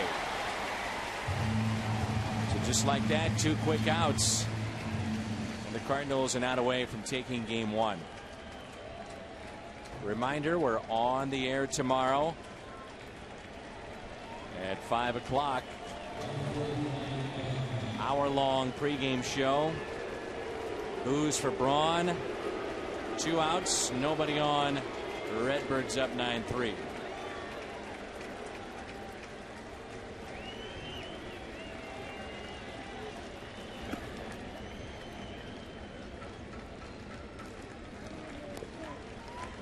Braun with a double back in the 7th. Single in the 3rd.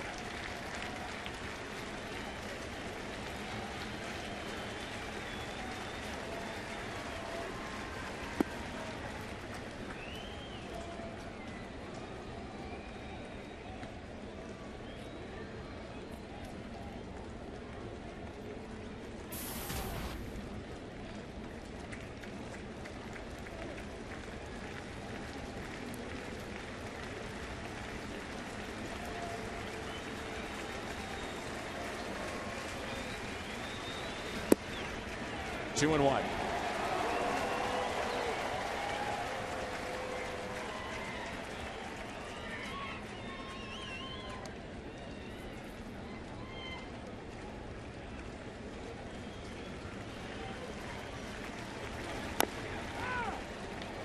Off his foot and off the bag down at 3rd, foul ball.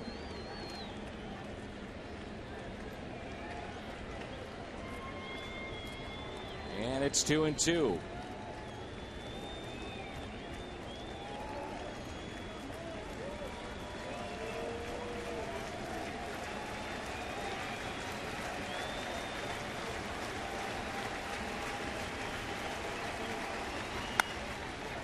Fly ball out to deep center field. Robinson on the move, and that's off the base of the wall. Plays it perfectly. Fires it back into the infield, but it's cut off. Ryan Braun extends the ball game. Robinson played that very well. Braun's 3rd hit of the night. Robinson, just as Aoki did it earlier, gets the right hop off the wall, comes up throwing, and showed a good strong arm there.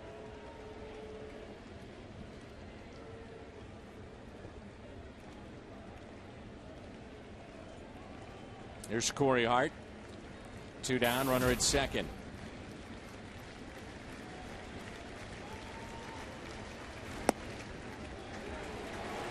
.94 in our gun from Zipchinski.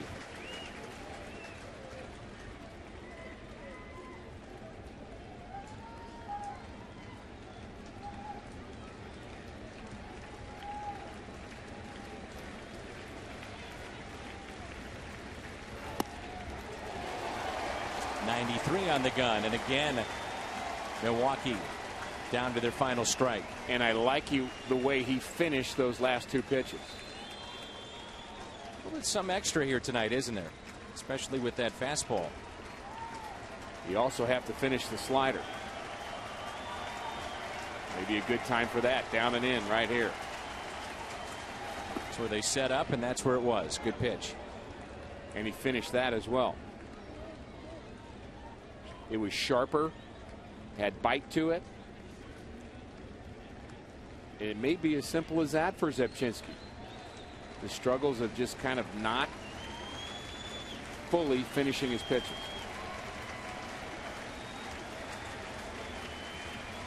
One-two to Corey Hart. Same pitch. 2-2. Again, a crowd tonight of 41,505 this evening. 41505. Cardinals would gain a game on Pittsburgh.